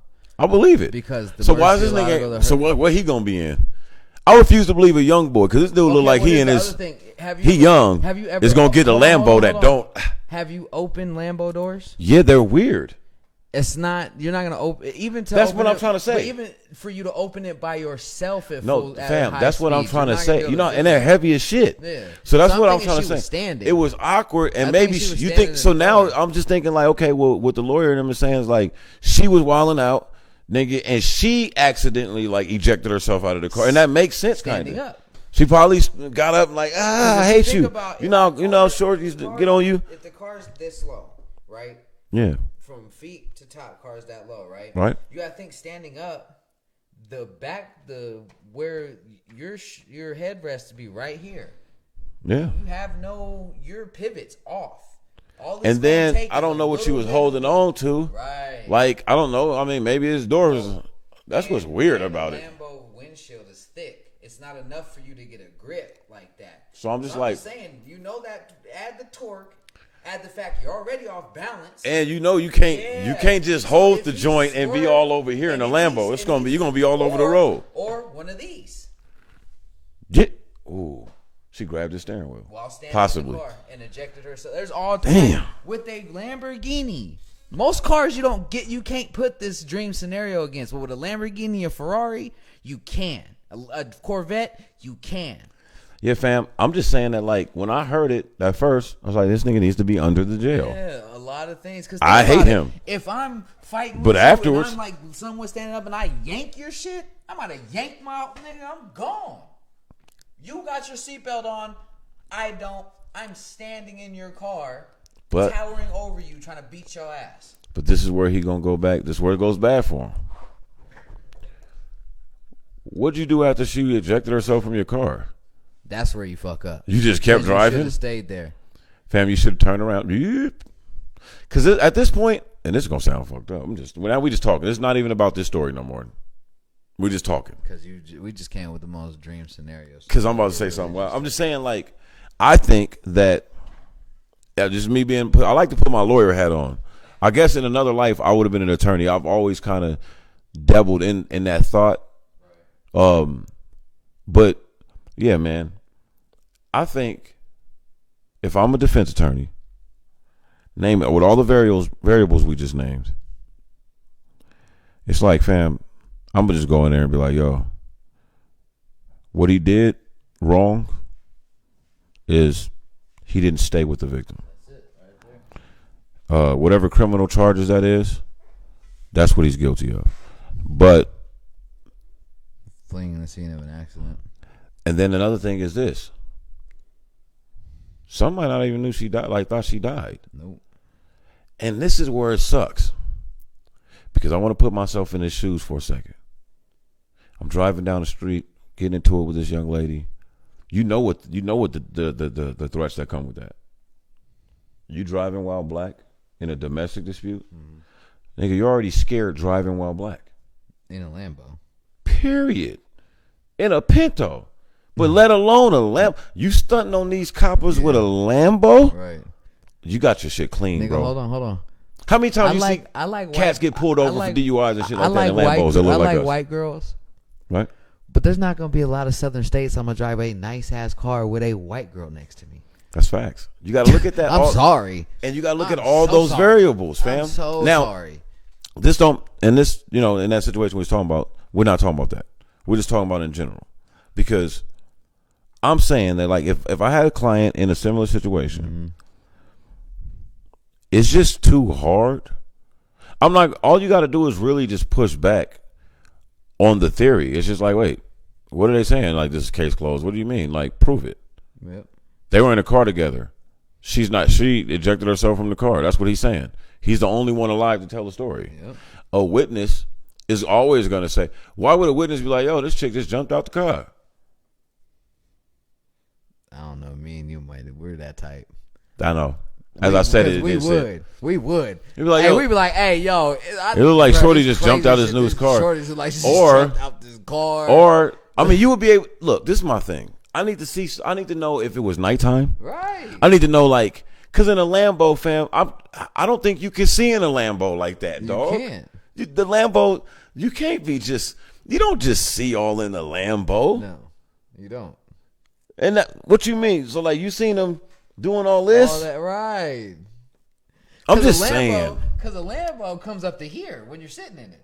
You ain't going to see all my come over shit going on unless somebody's standing up. Right. You're right. But you're right. In the Lambo, you already sitting. You're sitting lower than the car. But you're sitting at an angle. Yeah. Already. Yeah. Like, you know what I'm saying? Your legs is in that joint. You sitting like this. And so the only way you're going to see me, dog, is if I'm standing out that bitch. I'm gonna tell you right now, fam. Now that I think about it, crazy. I could not reach across in the Camaro and open the door all the way like that for nobody. Like it's awkward because I'm sitting at like a. Yeah. I would have to sit up, like get up and be like, ah. That's a fact. And a Lambo's even lower. That's a fact. That's a fact. A Lambo's 10 times worse. Yep. And it's heavy with how twerk. How tall is he in that Lambo? Son look like he at least my height. There you go. Son's at least my height. He might be taller than me. He at least my height. So you got to add that to it because he can't maneuver. Fam. Somebody my height, I can maneuver in a Lambo. I could move and do all that. Is true. It'll be hella easy for you to go from one seat to the other compared to a nigga that's a little longer. Pause. But no, you're right. Damn, no. When you start adding all those variables in, I just feel like, okay, they said it's a case closed, boo. He ain't even went to trial yet. Because your knee's going to hit that steering wheel on top of that with how tall Fam, you are. You know what I'm doing as a lawyer? Hit it. I'm taking them outside. We're bringing the Lambo. Taking them outside, bro. Taking them outside. And each two by two, you jury motherfuckers need to get in there. And push them off. Y'all gonna drive around this track, nigga. At whatever speed they was going. At whatever speed they was going. Show me that you can get that door. So hold on, let's add that too. How many motherfuckers can open a door without it just bow when you're driving? In a Lambo. That aerodynamic. That's why I'm like, man, fam, this shit might have been an accident. Because look, now, going back to their story, not even using them story. If that happened to you, whether you drove off because the bitch was tripping and socking you in your face and you weren't thinking about it, you just trying to get off the streets like, oh my God. Thinking that she's going to call you and blow your phone like, you know what I mean? And then you find out she died and now it's like, oh shit, right? Or you stay there, you know what I mean? And you pretty much see that short is bad, like, damn. You stay there, now you call.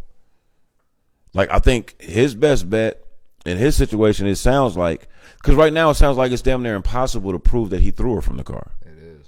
Unless they got some highway footage or something like that's popping up. And this is another thing, Dre. It's 2021, fam. We behind you. We in the car. Let's say we taking a trip to Tahoe. We on the highway. Good day. We see somebody tripping in the car like we that. We see a Lambo, and you know if they fighting, there's gonna be a little bit of jerkage, right? We're gonna pull the phone down. And we like, and you see the door open. The phone coming out. Oh, nigga, you see that shit? Fam, I'm not even a team. Look, I'm not even a phone guy. But we're doing it. But dog, when it comes to stuff like that, because the thing is, some stories are too crazy to tell. I can't tell niggas a story. Fucking evidence. I at least need to see the door fly. Hey, right here, this nigga was trying to throw it out the car. Or man, it like Shorty was mad at him. She said she just gonna jump. Now I don't want to. I'm not doing the whole sexist thing. It's like we said, it's an emotional thing. It's emotional. The way the lawyer explained it, I'm like, bro. Now that I'm thinking about the variable, because he was even saying, he's like, what they're alleging is almost physically impossible. When you hear the story, and we like to think that like men are just so much physically stronger than women. Some men are. Like the real strong dudes of the world is way stronger than just the average female. Way stronger. The majority of men are going to be able to open the door and shove you the very, very strong physically gifted women and the very, very strong physically gifted men, hey man, I'm not saying it's not a difference. But fam, it's not that easy to just throw anybody out of the car. Bro, I know 12-year-old kids you're going to have a problem throwing out the car while you're driving. Like, oh, no, you ain't throwing me out. Like, while they're fighting with you. You're going to have to hit the brakes before they jump out the car. They get out the whip. Nigga might have hit the brakes and she went. This is the thing that sucks. What if son really was in the car, got caught up? Now I'm throwing some shit out there. You in the car. You with Shorty. Mm-hmm. You know how this new phone shit is. They're haters. These new cars are haters. So you know on the little flat screen that you got, you know all your text messages is popping up. Oh, think about what could have happened here. Oh shit. That set her off. She's a famous mixologist. You know what that is? They mix drinks, nigga. Allegedly, she was under the influence. They saying. That's what the lawyer is saying. I ain't seen no toxicology report. We just going off he said, she said. I'm just thinking like, fam, if I'm going to kill Shorty, like, that's how you going to do it? Right. Just think about what we saying here. Like, I guess there's crime of passions, right? You know, there is. You mad, you hot, you faded, y'all both going through it, and get out of here. But dog, I just find that hard to believe. And this is the last thing I'll say about this, and we'll move on because I don't want to sound like I'm beating any victim up or anything like that. This could kind of come off as distasteful. But did she get hit by the car? I'm telling you. No, did she get hit by the car? Because I feel like if I could figure out a way to get your ass out the Lambo while we driving, and you swinging on me, doing all we fighting, or whatever. Enough that you might get sucked under it. Well, I'm just saying, isn't that likely? Mm-hmm. That's more likely. And with the way that they're saying she was all bloody and shit, you would have had to get ran over. Well, I'm just saying. They're saying it's likely. Well, I think the pavement could do that if you hit it enough and skid and all that shit. They said she was covered in blood. But look, all I'm saying is, and that's another person's perspective, she could have just been bleeding from one spot. But a lot of it. Like you're covered in blood and my covered in blood might be two totally different things. So I'm just saying, like, if she was projected out of the car and just hit the road and didn't get hit by the Lambo, to me that would be more of a suspicion than if she did. Right. And that leans more towards you projecting some kind of projection out of the car versus because if you jumped out of the car, you definitely gonna try to make sure you don't get hit by the tires. Right. And you probably thought your ass would make it. Mm-hmm. Like, fuck this Lambo, I'll jump out of this. I don't want to. I'll get out this shit. Pull over. No, I ain't pulling over. Shit, most of the time I pull over. No, fam. Grown king? I'm pulling over. Yes, ma'am. Immediately. All right, hold on. Yes, ma'am. Because now you're gonna say I kidnapped you. Like, no. They play with these scenarios in court. Like, what do you mean? Like, oh well, he didn't let her leave. Like, what do you mean? We were driving on the fucking highway. I could hear my lawyer. You should have put her out. You should have pulled over her side and let her out. So at the end of the day, I'm letting you out. Don't be mad at me. Don't tell me because you're mad. Pull over. Because I'm pulling over. I'll walk. Because I'll be at the house waiting for you. Like, don't come to the house mad that you like damn, you made it. I'm glad you made it safe. I was worried about you. Food got cold. It's in the oven, but how you gonna make me walk? I didn't do none of that. I didn't make do none of do that. A damn thing. I ain't do none of that. Nigga, you sent me one topic. I'm so unprepared. No, I didn't. You didn't watch those 3 videos. Those are topics. I only got a video.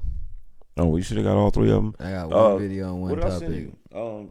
The one about the Democratic Party. That's literally what I got in one video. Oh, for real? Well, yeah. It's nothing much, man. We just over here chilling. Our friends with the GOP has successfully blocked the debate on voting rights, on a voting rights bill. Again. So that's like 3, 4, 5 times. Well, actually, it's like 100 times. But in recent years, the GOP, like I said, the Republican Party, the racist organization that it is, has once again successfully blocked the debate on protecting black people's right to vote permanently, just like any other citizen. The thing is that's crazy about that to me is you forget that for things to become a bill and all that stuff like that, they debate it first. Got to have a debate for it to get introduced, you know what I mean? Mm-hmm. And they're just stonewalling the process. I just wonder, man, do we let these people off the hook by saying, oh, it's just politics, they're all the same, like it's the politicians. But if you're paying attention, there's certain things that these Democrats are trying to get done for people. Like Joe Manchin, like is literally standing in the way of shit because he gets paid by the very companies that stand to lose by the people winning. And I'm just like, bro, that's where we're at in this country. Like that's where we are. This shit is like an oligarchy. Like it's crazy. It's crazy. I don't mean to seem like I don't care, but I'm just like, I mean, it's not that I don't care. I know you don't care. I know you. I know you God, don't not care. Damn, bro, it's like, exhausting. Fuck, it's man. exhausting, bro. I get it. And I'm just pertaining to them because I know the way they're looking at me right now. I'm just no. It's tired. I'm not to like the point tired. I'm just tired. Right? Like, no, I feel you. It's just damn, one of those bro. points, bro. Like why are we still arguing over black people like, bro, should have the right to vote forever? Why is that still the issue? Why is that even still an issue now? We got all the other shit we're dealing with. My thing is with that being known and overlooked by the average American, how do you get annoyed with black people talking about racism? Right. You think I don't want to talk about this shit. I'm tired. But I got a whole other generation coming after me. You motherfuckers making me so tired. just like, you're exhausting me. bro, I often wonder. You're exhausting me. Like, that's why I don't really give, like, these homegrown terrorists no slouch. Because, man, some angry white Trump supporters, mad because they lost an election, then ran up, killed people, caught 3 bodies. Like, smeared shit on the wall. Like, they vandalized millions of dollars worth of shit, threatened to kill elected officials, and tried to, right? Beat the shit out of some police and some Secret Service, ran down the vice president and had him escape narrowly with his family. Fam, what do you think would happen if a black kid from Chicago was walking by the White House, seen motherfucking Obama's dog, and was like, fuck that dog, and threw a rock at it, and the dog died? We're going to jail. Yeah, execute his little black ass. So here's what's I'm tired. It's crazy, right? Like, fam, look, wait. When I was bringing the topics, I was like, no, I don't want to talk about this.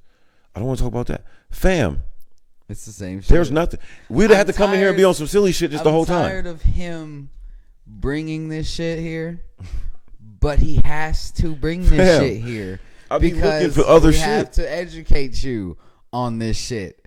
But we're tired. We're tired, man. And to wrap this up, all I do want to say on this is that, man, the question that it posed. He's tired of seeing the same goddamn. No, the question that it posed to me. The question that it posed to me was like, damn. We're respectful people, bro, of others.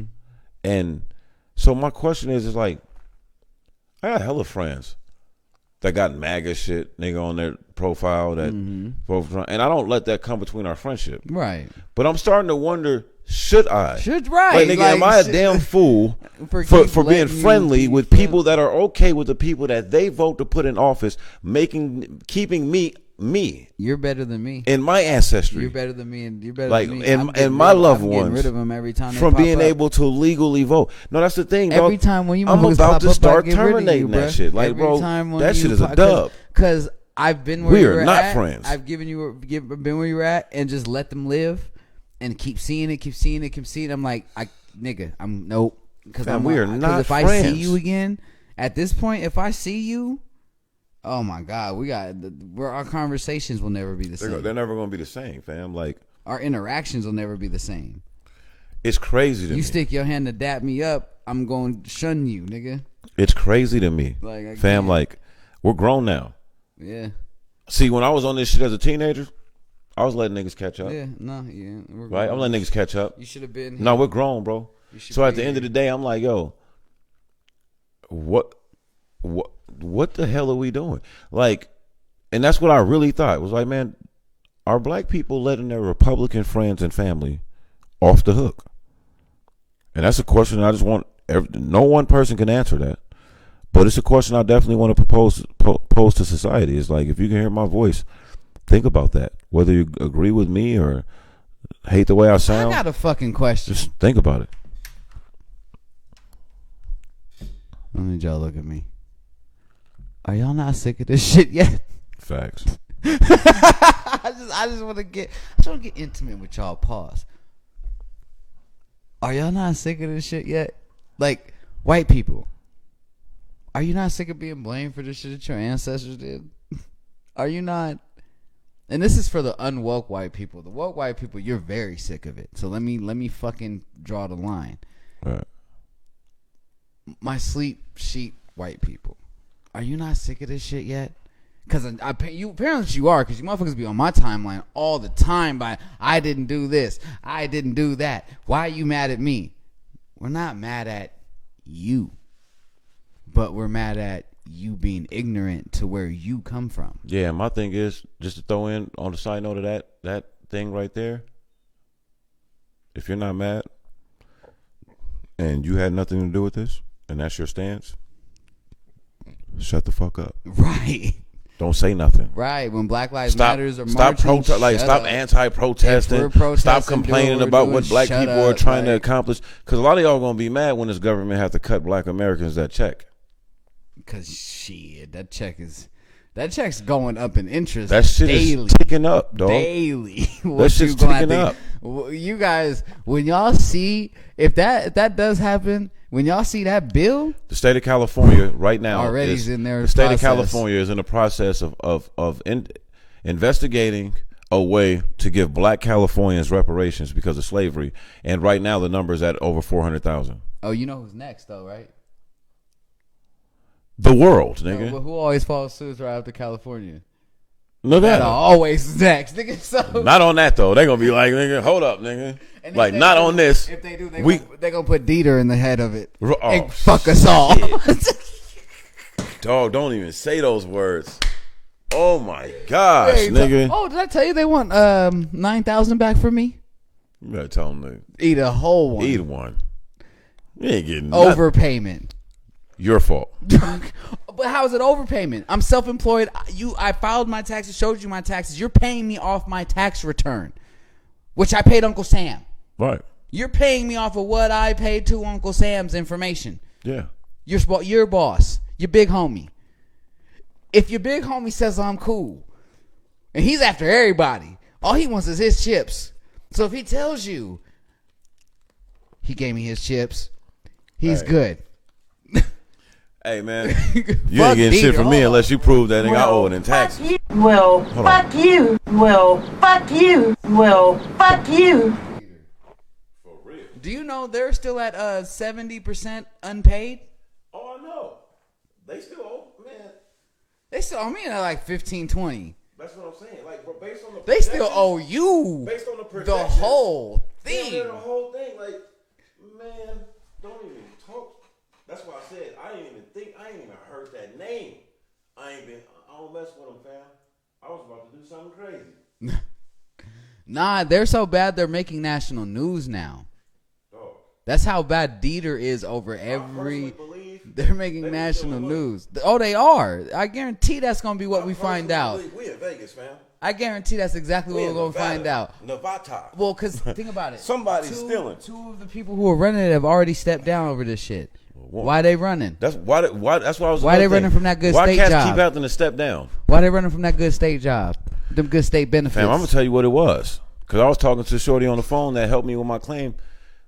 They were all employees from other state entities. Oh yeah. So yeah, they put you because they need the help. So now it's kind of like a work vacation. And they tried like to instead update, of doing your regular job, you get to just come answer phones. And they tried to update a 40-year-old unemployment system in overnight. A month.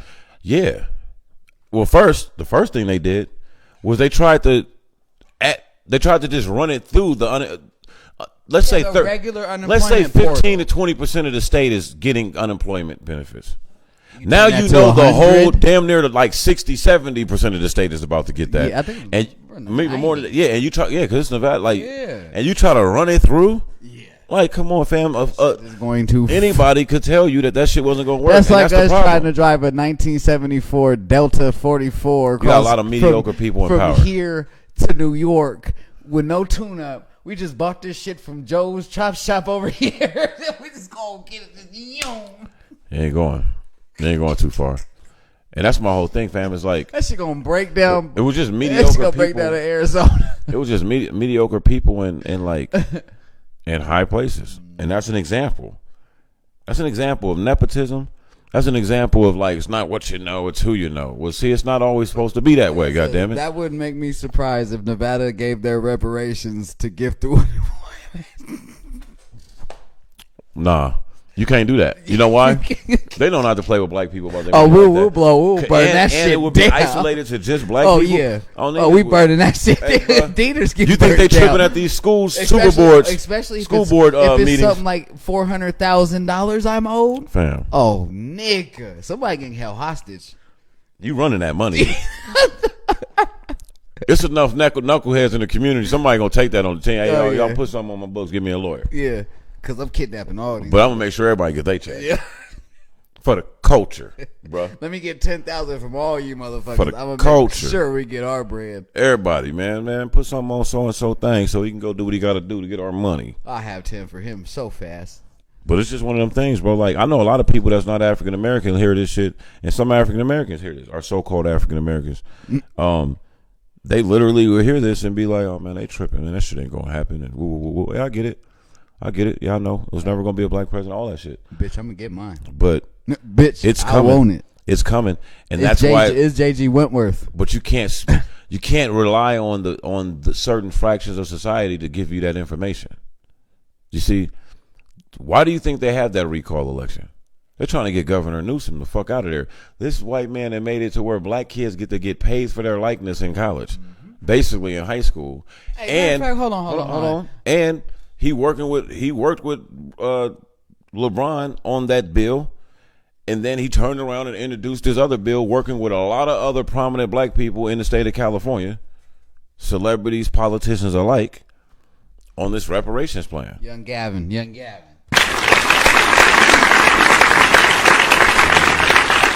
I'm gonna tell you, that's why Californians, at least black Californians, the Stoneworth of the Democratic Party, which he is a Democratic governor, that's why they didn't give a shit that his kid was in a private school that was open when their kids was at public schools that was shut down. Mm-hmm.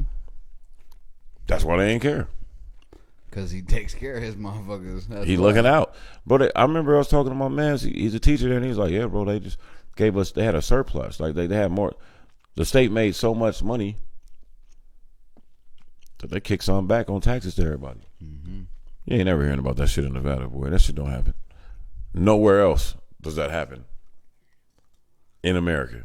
So, and people got to understand, man, if California, I think I read something like, if California broke off and was its own country, it would have the 7th largest economy in the world. Mm-hmm.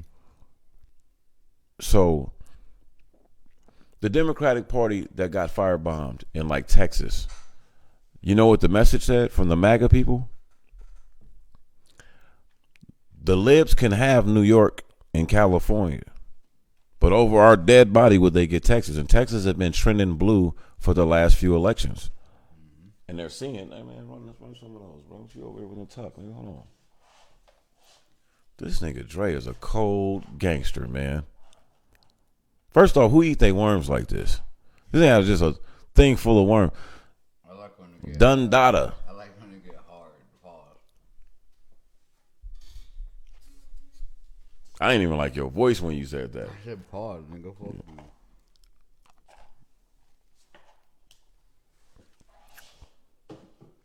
All right. We're going to lighten it up before we get up out of here. Ben Simmons, 76ers. Whose side you on, B? Neither. Well, right. Fuck Ben. What does he ever... So you on the Sixers side? No. I don't know, because it's like, nigga, who? You're the problem. Like, what's the fuck? What? He's the fucking issue. Straight up. So Well, you're mad because motherfuckers. Fuck it. You might have been mad because they didn't put a team around you, but that's a lie because they've been moving pieces for you for a while. they is kind of built around Joel Embiid, though. But it's still him as well. They should be playing like the Bucks, bro. Anyway, I ain't finna argue over basketball. No, I'm not gonna make this a basketball argument. I promise. What I'm saying is that, like, just employment to employer. Look at it like that. Stop looking, because you saying that you the one that brought basketball in there. Hoop. I'm saying, nigga, look. Not only are you a multi-millionaire, right? You rich. So look at it like a big time job. Like, you big time CEO, right? And you beefing with the entity. And it's just like, no, man, you publicly said that, nigga, this motherfucking oil spill was my fault, right? You kind of took a hit at my brand. Well, it's not. You said you didn't Can't want. say that was his fault, but just saying, he did do some bullshit. Nigga, it wasn't his fault. Like, don't get me wrong, he didn't play his best. He had a bullshit 4 games, but dog, he didn't get that max contract off of 4 games. And for a nigga like Joel Embiid that has missed whole seasons and has never played a full season, like, I've seen Joel Embiid, nigga, like, fuck off a playoff series for them because the nigga said he ate too many burgers. Nigga had a stomach ache. What? Yeah, bro, go look at somebody. Like, Joel Embiid ain't fucking Tim Duncan, nigga. Like, he really ain't in a position of leadership outside of his paycheck and his big look. America love a tall motherfucker that, like, is jokey. That's Like, real. so, like, he's gonna get more endorsements than a Ben Simmons, who's who takes himself a little bit more serious. Like, he ain't just taking pictures with people and asking, "You're so tall, let me see your hand." He don't carry himself like a circus animal. I have a dear friend that's 6'11", and I remember all through college, like, bro, why you get mad? Like, why you be so, like, man, they was cute. Like, but I understood one day. Like, one day it just dawned on me, like, oh, man, they doing too much to my guy right now. Like, yeah, I get it. He's tall. But we're not at the game. You've never seen him play. Right. Like, for all you know, this nigga could suck. But the attention he got for being tall and being an African-American male, like, a lot of people just feel like they can come do stupid shit, like touch your hair and treat you like a fucking pet. Like, oh, can I touch you? Oh, my God, like, you're so tall. How tall are you? Like, I remember one time we was literally, like, at the club and, like, 13 groups of bitches came up to him and was like, oh, my gosh, you're so tall. Can I, like, and it was just like, man, shit was whack. He ain't want to do that shit. The nigga took a picture with Ashanti, though. Of course he did. Still jealous of that. My gum touched Ashanti's butt. I have you know. You put that bitch right back in your mouth, didn't you? No, I just wanted to touch her, fam. Couldn't get to her. Do her gum at her? Yeah. Right off her ass cheek. Yeah. True story. Bet you wish you could have caught that piece of gum back. Put it right back in my mouth. Bet you'd have never stopped chewing that piece. I wish she felt it, and I could just be like, yo, back in the day, like 20 years ago, girl, that little, when you got that little piece of gum. Now that I'm a grown ass man, hella disrespectful. Fuck was I thinking? Like, I know better than that. Shanti whoop my ass. Like, you know what I'm saying? Have her niggas roll me up. I'm not, like, back to the subject, I'm not on either side. All right. Both have very valid points. Both have a reason to do what they do. Ben wants to stay on his 10, it's down your 10, my nigga. I ain't mad at you. This is what I think. This is what I think about this. I feel like, because they did throw you under the bus, you feel like everybody's throwing you under the bus, and then now that you want to sit out, because I'm seeing it, now that you want to sit out and you want to stay on your 10, everybody's like, oh, no, don't do that. Please come back. We want to come over and talk to you. And where's all that when you was throwing this nigga under the bus at the end of that playoff series? You hear what Joel Embiid said after that game? Some bullshit. I'm like, bro, you have, like, come up short a lot for this team. Ben Simmons ain't never said, if Joel can get healthy, we're going to be good. Yeah. Hey, when can y'all turn the page to the next Joel. level? When Joel don't get a stomach ache in the middle of the Eastern Conference Finals or semifinals because he ate too many burgers. Joel Embiid has never played a full season on any level. Nope. So it was like, I feel bad, though. I mean, he's sick of being in Philly. Ain't nothing wrong with that. He wants to fucking change. He wants to go. He wants to go somewhere else. Can't be mad at that. I think Ben. LeBron did the same thing. I think Ben. When he was first in Cleveland, he loved being in Cleveland. LeBron didn't do the same, though, in the sense that LeBron has never demanded a trade. He's always played out his contract. I'm not saying he demanded a trade or anything like that, but he saw a dead-end road. This nigga Ben got 4 years left. Nigga just got a new contract. I'm saying LeBron saw a dead-end road. I'll get what you're saying. Did something about it. You're talking about like, oh, this ain't what my future. Right. Okay, yeah. This ain't my champion. Ain't here right now. And I'm like, bro, if you work for this law firm and realize they ain't in the back over there, I'll fit in with them dudes over there. And you leave. Nobody's ever, because you don't have fans. Right. And your law firm can now depend on the fans to like fuck your brand off a little bit or make you feel bad or have everybody booing you when you come back in town. Like, you know what I mean? Like, just, it's silly shit that we do with athletes. Your jerseys and I just wanted to frame it as like a non-basketball question more so as, because it does make sense basketball-wise. Two things, to keep them together and make it work with Doc Rivers. He'll figure out a way to make it work better. Or it does, and they've been saying this for years. That nigga, they don't really match. Now that Ben is admitting it, because they would ask Ben Simmons and he would be like, no, man, we play good together. Oh, no, always say the right thing. Right. Now that he's admitting, like, no, we really don't. Because I'm going to tell you why. To me, Ben Simmons might be a more skilled Giannis. Right? So if you have him running the floor like he do, playing like a Magic Johnson LeBron type, he's a totally different player. Anytime Joel's not in the lineup, that nigga's 35, 10, 7 points, 27, 10, 8 board. Like, he fills it up. That's why he's an all-star. That's why he's a max player and all that shit. But I've always said him playing in Philly, he's not reaching his full potential because he has to slow the ball down where that makes him a liability. Joel Embiid can shoot threes, even though you don't want your 7-1 player shooting threes. Nope. That nigga loves shooting threes. Loves it.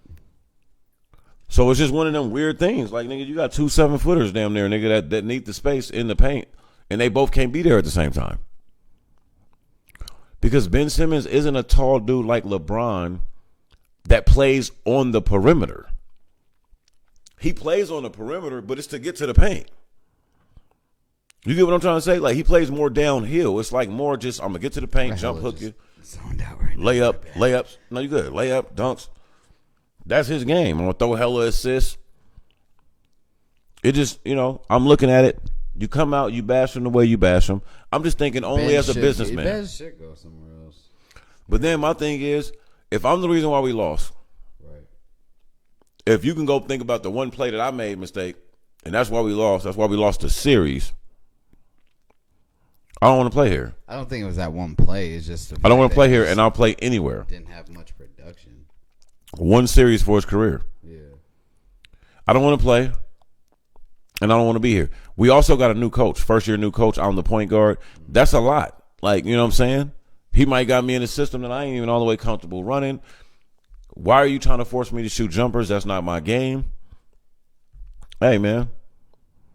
Now that because I don't shoot jumpers, you drafted me number 1, I wasn't shooting jumpers. But now that I don't shoot jumpers, that's the reason why we lost. And then you going to publicly bash me when I'm an entity.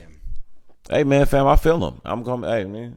And then when they start finding him and he showed up to practice and he was disinterested, they sent him home, suspended for 1 game.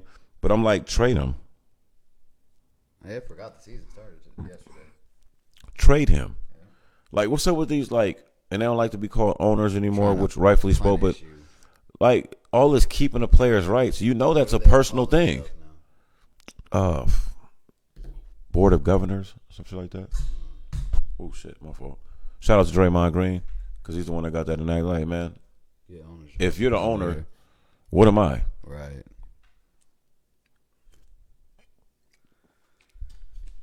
Because that's how the media get it. Like, so what do you think about your owner with the new stadium? And I think Draymond was like, hold on. I don't like how that sounds. If he's the owner, what am I? The hell am I?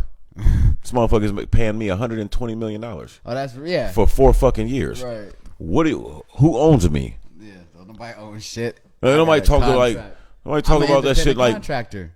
No one will go to a CEO or a top ranked president of a company and be like, so your owner is talking about expanding. How do you feel about your owner expanding? Right. Like, they're gonna be like, how do you feel about the company moving forward? They're gonna talk to you as if you own the company. Right, yeah. So everything you're gonna say to Draymond or any other athlete, you can phrase it that way. Like, how do you feel about how the Cowboys are moving this year? Yeah. You know what I'm saying? Now they might hit you with the, that's a little over my pay grade. I don't know. You know what I mean? But ain't nobody owning nobody. Well, that ain't sensitivity. That's just history. That's historical references. You know what I'm saying? But yeah, man, that's really all I had on the ticket. Unless you had something you wanted to throw in. You want to send a shout out to the ladies in the what's the name of that game? That world? Y'all go? I don't want to talk about it.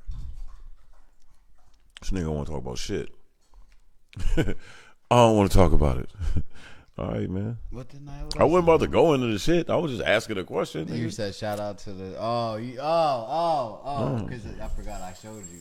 Yeah, I was gonna say, nigga, like, hey, like, you know what I'm saying? Somebody might see this and be like, let me get on the game and holler at my guy. Mm-hmm. Hey, this is gonna be silly as fuck. If somebody from the city is watching, fuck you. That's funny. Nah, somebody from the city is watching. I appreciate y'all pulling up. Most likely it's a fucking female. Yeah, man. Hey, shout out to the females for holding us down too. Mm-hmm. We appreciate y'all. Yeah, how is that? That's like how do Let's we, talk about that for a second. Yeah, how man. do we do that? I have no clue. Like the fuck? I don't know how majority of the people that like listen to We this show. got hella homies and Right. hella dudes and like. It's like it's still. how? I think it's like 48% men. 52. Yeah, like it's still it's crazy. Like, how is it that the women that watch more of our episodes and? Well, no, it's just like that's who probably engages more in the conversation. Like in terms of just listening to it, like the listen value of it. I don't know. That's weird. I remember them niggas Joe and them was talking about that shit too. Like, bro, you know, like. Oh, congratulations to Mostly women. motherfucking Rory and Ma. Oh yeah. Just get a bag. Come on, bro. Got Come a on, little bro. $10 million bag from the Sirius's Hey fam, podcast I'm proud space. of everybody, dog. Like, see, I knew that's what I Good knew. That's shit. what I thought could happen. Congratulations. Hey, and when Joe and them was like going through their transition, one of the things he said on the last like episode that he addressed that, he said he was just like, yo, man, like at the end of the day, those are my brothers. I love them, and sometimes nigga, you gotta push niggas to grow. Like if Joe's gonna be the maniacal control freak in terms of like nigga, like I make sure everything's did, I pay for everything, I did this, I did that. If he's running it, because that's the thing that the fans didn't really peep, is that this was never Rory and Maul's podcast. No. Right? Like now I don't say that in a disrespectful way because they built it. Right. So what I'm saying is like, yeah, that's in the sense of they have ownership in it. Oh, okay, but let's keep it real. It's the same thing here. It's like, But paperwork wise, it's the same thing here. Paperwork wise, we're it's even. not the same we're thing even. here though. But I jumped on something you had already planned. Yeah, but theirs is different in the sense that Joe, cause remember Joe had money, Oh, not a yeah. lot. Joe wasn't as rich as he is now, but nigga, you still got a platinum record. You still getting royalty checks. That's different. So Joe is booking the studio. Joe was paying for this. yeah. Joe paid for their first tour when they first started touring and had them niggas in hotels and doing all this flying out and all this type of shit. So like, he was in a situation with a cult following of a fan base, and he has whatever the thing is that you call that allows you to make money in the industry at all times, no matter what. Maybe not big money, maybe not superstar money. You still got to get out and move and grind and shit for it and do shit you probably don't feel like doing that other niggas that's been in the game long as you don't have to do, right? Your ego might be getting checked every once in a while. You pull up. Ego bruises. Yeah, pull up about 50 niggas at the show. You know what I'm saying? But you do it, right? And it's good money. It's better than a nigga with a job, right? It's a better income than that. So that's what I'm talking about as far as the launching pad that they had. And then nigga Park's been fucking with Joe, nigga, damn near nigga Park's whole engineering career. So they got history together. So when you getting that great production, you know, nigga, that shit ain't free. That shit costs. That's how you were able to just throw the shit out of your man's house and professionally produce a product that catered to 3.3 to 5 million people. You know what I'm saying? We cater about 300. All right, man. You got to crawl before you walk, my G. I want to fly. I know. You want to just be like, but yeah, no, that's the thing. So when I seen the shit with Rory and Maul myself, as a person that I've seen them on tour, now I met them dudes. Them are some good dudes. It felt good because one thing that I thought about it was like, okay, good. So now they split. Now they $5 million each up. $10 million deal. Y'all up $5 million each, right? Because off the buzz that y'all have from the Joe Budden shit, off the controversy of it, it still allowed it. Motherfuckers was pulling up because they wanted to see what y'all was saying. It was some people that took Rory and Maul's side because they're like, man, Joe, you always fucking shit up. You probably was wrong. But when Ian got on and he breaking down the contracts, it was a classic case of lack of communication. And these niggas all became millionaires off this shit before the breakup. So it's just like, now you getting M's off of it. Everything that you normally, all your distractions, like, this ain't basketball, nigga. You ain't got no basketball. You ain't got a drug test. You ain't got a basketball practice. Nigga, I mean, you heard the pod. Niggas will make plans on the pod. Like, you know what? What you doing this weekend? Oh, I think I might shoot to L.A. This nigga Maul traveled more than fucking anybody I know. You know what I'm saying? For a nigga that you can't really finger point what he does for a living. Like, this nigga just a curator. Nigga just moving and grooving. And that was all in the podcast space. I think it works out, nigga, that now that they got their bag, I think it breeds, and there was pictures already of them niggas already back together, hanging out and shit like that. But I think it breeds chances for like niggas to get back right in terms of the right path. Because if them niggas ever do like a joint podcast, that shit is gonna go crazy. Because just the chemistry. Now the thing that's weird, and Joe has to be credited for this. It's genius. Some people say it's a little cutthroat, but it was genius. Oh, you niggas think y'all gonna hold me high and dry? Let me show you what I did for y'all. I got 2 best friends that are intelligent, nigga, articulate, and know hip hop. They can sit here with me. That nigga told Ish and I, hey man, I need y'all to clear y'all schedule for a couple weeks. I don't know how long. I just need y'all to hold me down. They know this nigga has this $1 million operation that he done got these bags from Spotify and Cash App and all these people from. So then you know your man's is up. Nigga, I'm not a crate carrier, nigga. I don't want to be a DJ. I'm not a groupie or nothing. You got a $20 million situation? And you hit me and be like, yo, I need somebody to carry these crates while we go on tour, fam. Or you may have never DJ'd before, but if I told you I need you to learn how to DJ. Bro, I need you to do this. Whoop, whoop, whoop, whoop. Nigga, okay, nigga. So I figure all this shit out. You had the most uncoolest looking DJ ever. Nigga, why does DJ look so tight, nigga? Like, why does nigga, it look so calculated, nigga? It's just make that shit a style on these niggas. Like, nigga, what? It's calculated. What do you mean? Like, you get what I'm saying? Yeah. You do what you do. So, Rory and Maul are friends with Joe as well. They got a history as well. Maul and Joe used to live together, right? I'm just saying that, like, but Ish and Ice, you could tell in the conversation. They knew this nigga before he was shit. Before you ever got to pump it up, before niggas thought you was nice in the cypher, nigga, I knew your ass, Joey. So guess what? When Joe get on his bullshit, Ish get on him. they get on him. They can call that nigga on shit. And it keeps the conversation in a certain space. Like, it keeps it moving. It's more of a 3-part joint. Like, I heard the Ice the other day. He was talking. Joe was like, start talking. He's like, no, hold on, let me finish. Roy and Maul ain't no punks. They wasn't scared of Joe. That just wasn't their play. And I think, because I've been a fan of the podcast before they even kind of blew up. And I'm saying, like, it started off as like Joe's show. It felt like Joe's show. It felt like Joe Budden and his friend. And then it was Joe Budden and his friends when Joe added Maul to the shit. Because I remember Maul's first episode. Maul was a star instantly. It was like, oh, this nigga cool as fuck. Who is this nigga? And the nigga, next thing you know, he was off the camera, and then you seen smoke coming. Nigga like, oh, that nigga came in here and turned it up a notch. And then I think Rory has, like, the whole, after Maul came, it just kind of added that, like, it was a nice little blend for him. So to see them get this back, it's inspiring to all content creators, right? But then at the same time, nigga, just as a fan of seeing niggas win with their friends, it opens the door, in my opinion, for that situation to be cool. It's hard for me to really be mad at you if you fired me as your manager. If with less than a year after you fired me, nigga, I signed I got a Grammy artist or something, nigga, or like I got a big management contract. I got a management deal. Like where I'm gonna start my own King Gordon management, boom, boom, boom, and they gave me $20 million, right? But you got to think over here for 50, 70 mil. I was a part of that. We all ate well, right? And you brought me to the table. You the first person I ever managed, right? You did that for me. You opened those doors, nigga. Am I gonna be mad at you for firing me, or am I gonna come over? We're gonna be on some big ball shit, and we're gonna talk shit about it. Depends on who you are. I'm talking about me. Oh, you personally? Nah.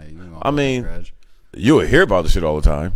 You might joke that I'm more up than you, but no. You'll hear about firing me all the time. Like, this is my man. This nigga fired me when I was down and out. Nigga left me down and out. Like, it'd be that type of shit. So it was good seeing them kind of like, oh, Roy and Maul, Joe and Roy them popped up. It was some people that was saying that, like, they felt like Roy and Maul was being shady. Like in the sense that they was shading Joe. You know what I'm saying? Like when they got their bag and they got announced the next episode, they might have had some subliminals allegedly, but I didn't really hear that watching it. I didn't really hear that. And the way them niggas kind of joke and talk with each other, like, I just feel like they would just say it. Mm-hmm. Like at this point, they would just say it. But Yeah, I didn't really hear it. I watched that shit. I didn't really hear it. They got a dope setup. You know what I'm saying? It's definitely in the studio. We'll see, man. We'll see. I wonder, are they going to go, you think they're going to go interview heavy? I've never seen their show. Oh, for real? I'll pull up just so you can see the. I don't even watch Joe's show anymore. I just show you so I can show you the. I think the ones optics. I watch is Drink Champs and Nori, or not Nori. Drink Champs. You know, can I tell you a secret about? Worth of game. Can I tell you a secret about Drink Champs, nigga? You know why I stay kind of behind on my Drink Champ shit?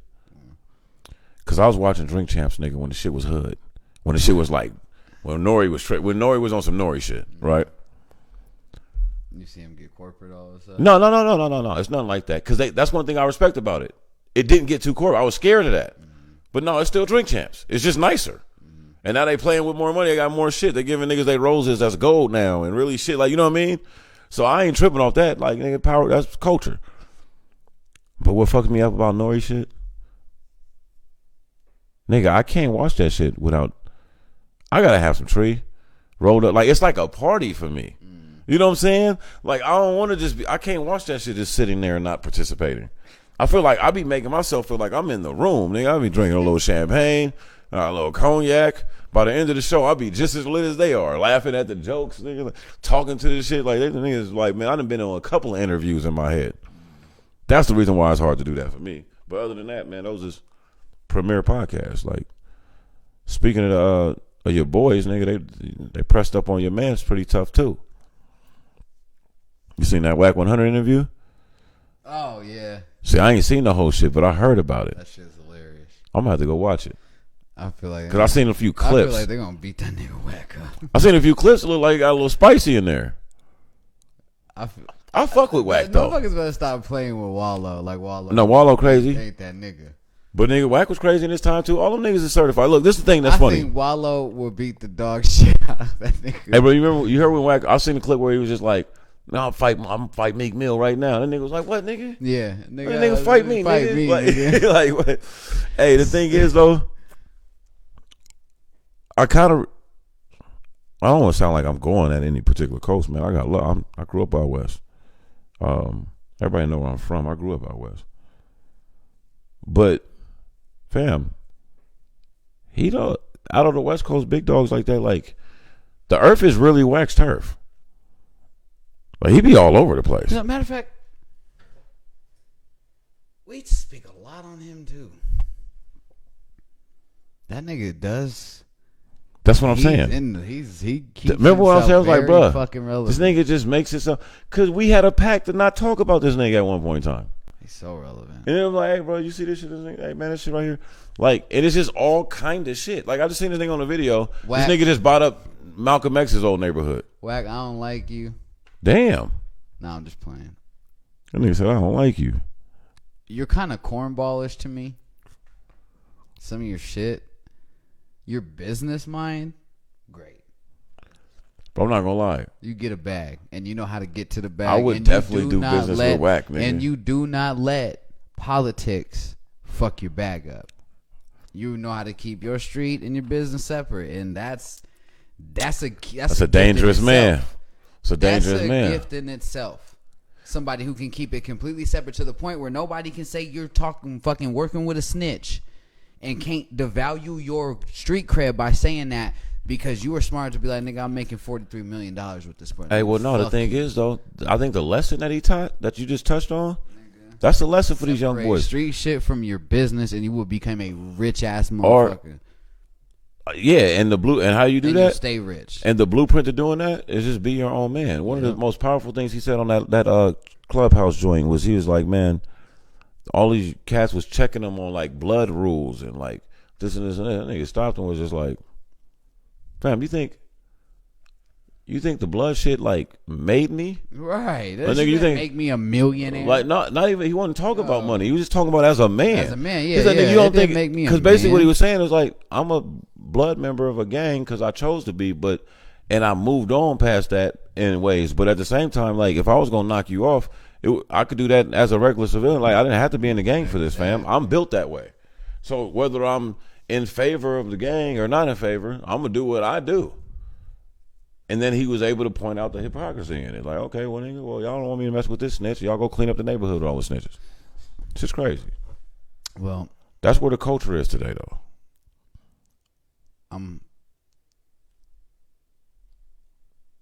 Nigga, you all right? Nice weed. It's one of them days, man. It is. Just one of them days. So we don't get the fuck up out of here. Deuces. So I can get to the goddamn dispensary.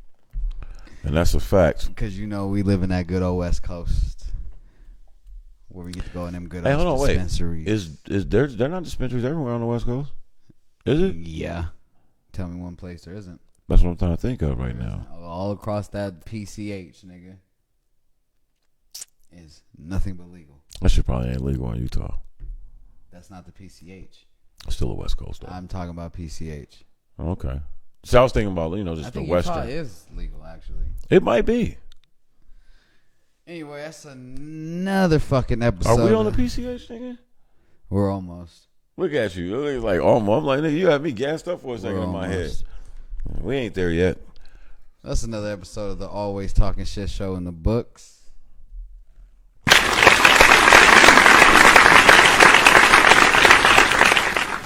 I'm your host, Talkin. I'm your boy, Akeem Sincere. And as always, we love you.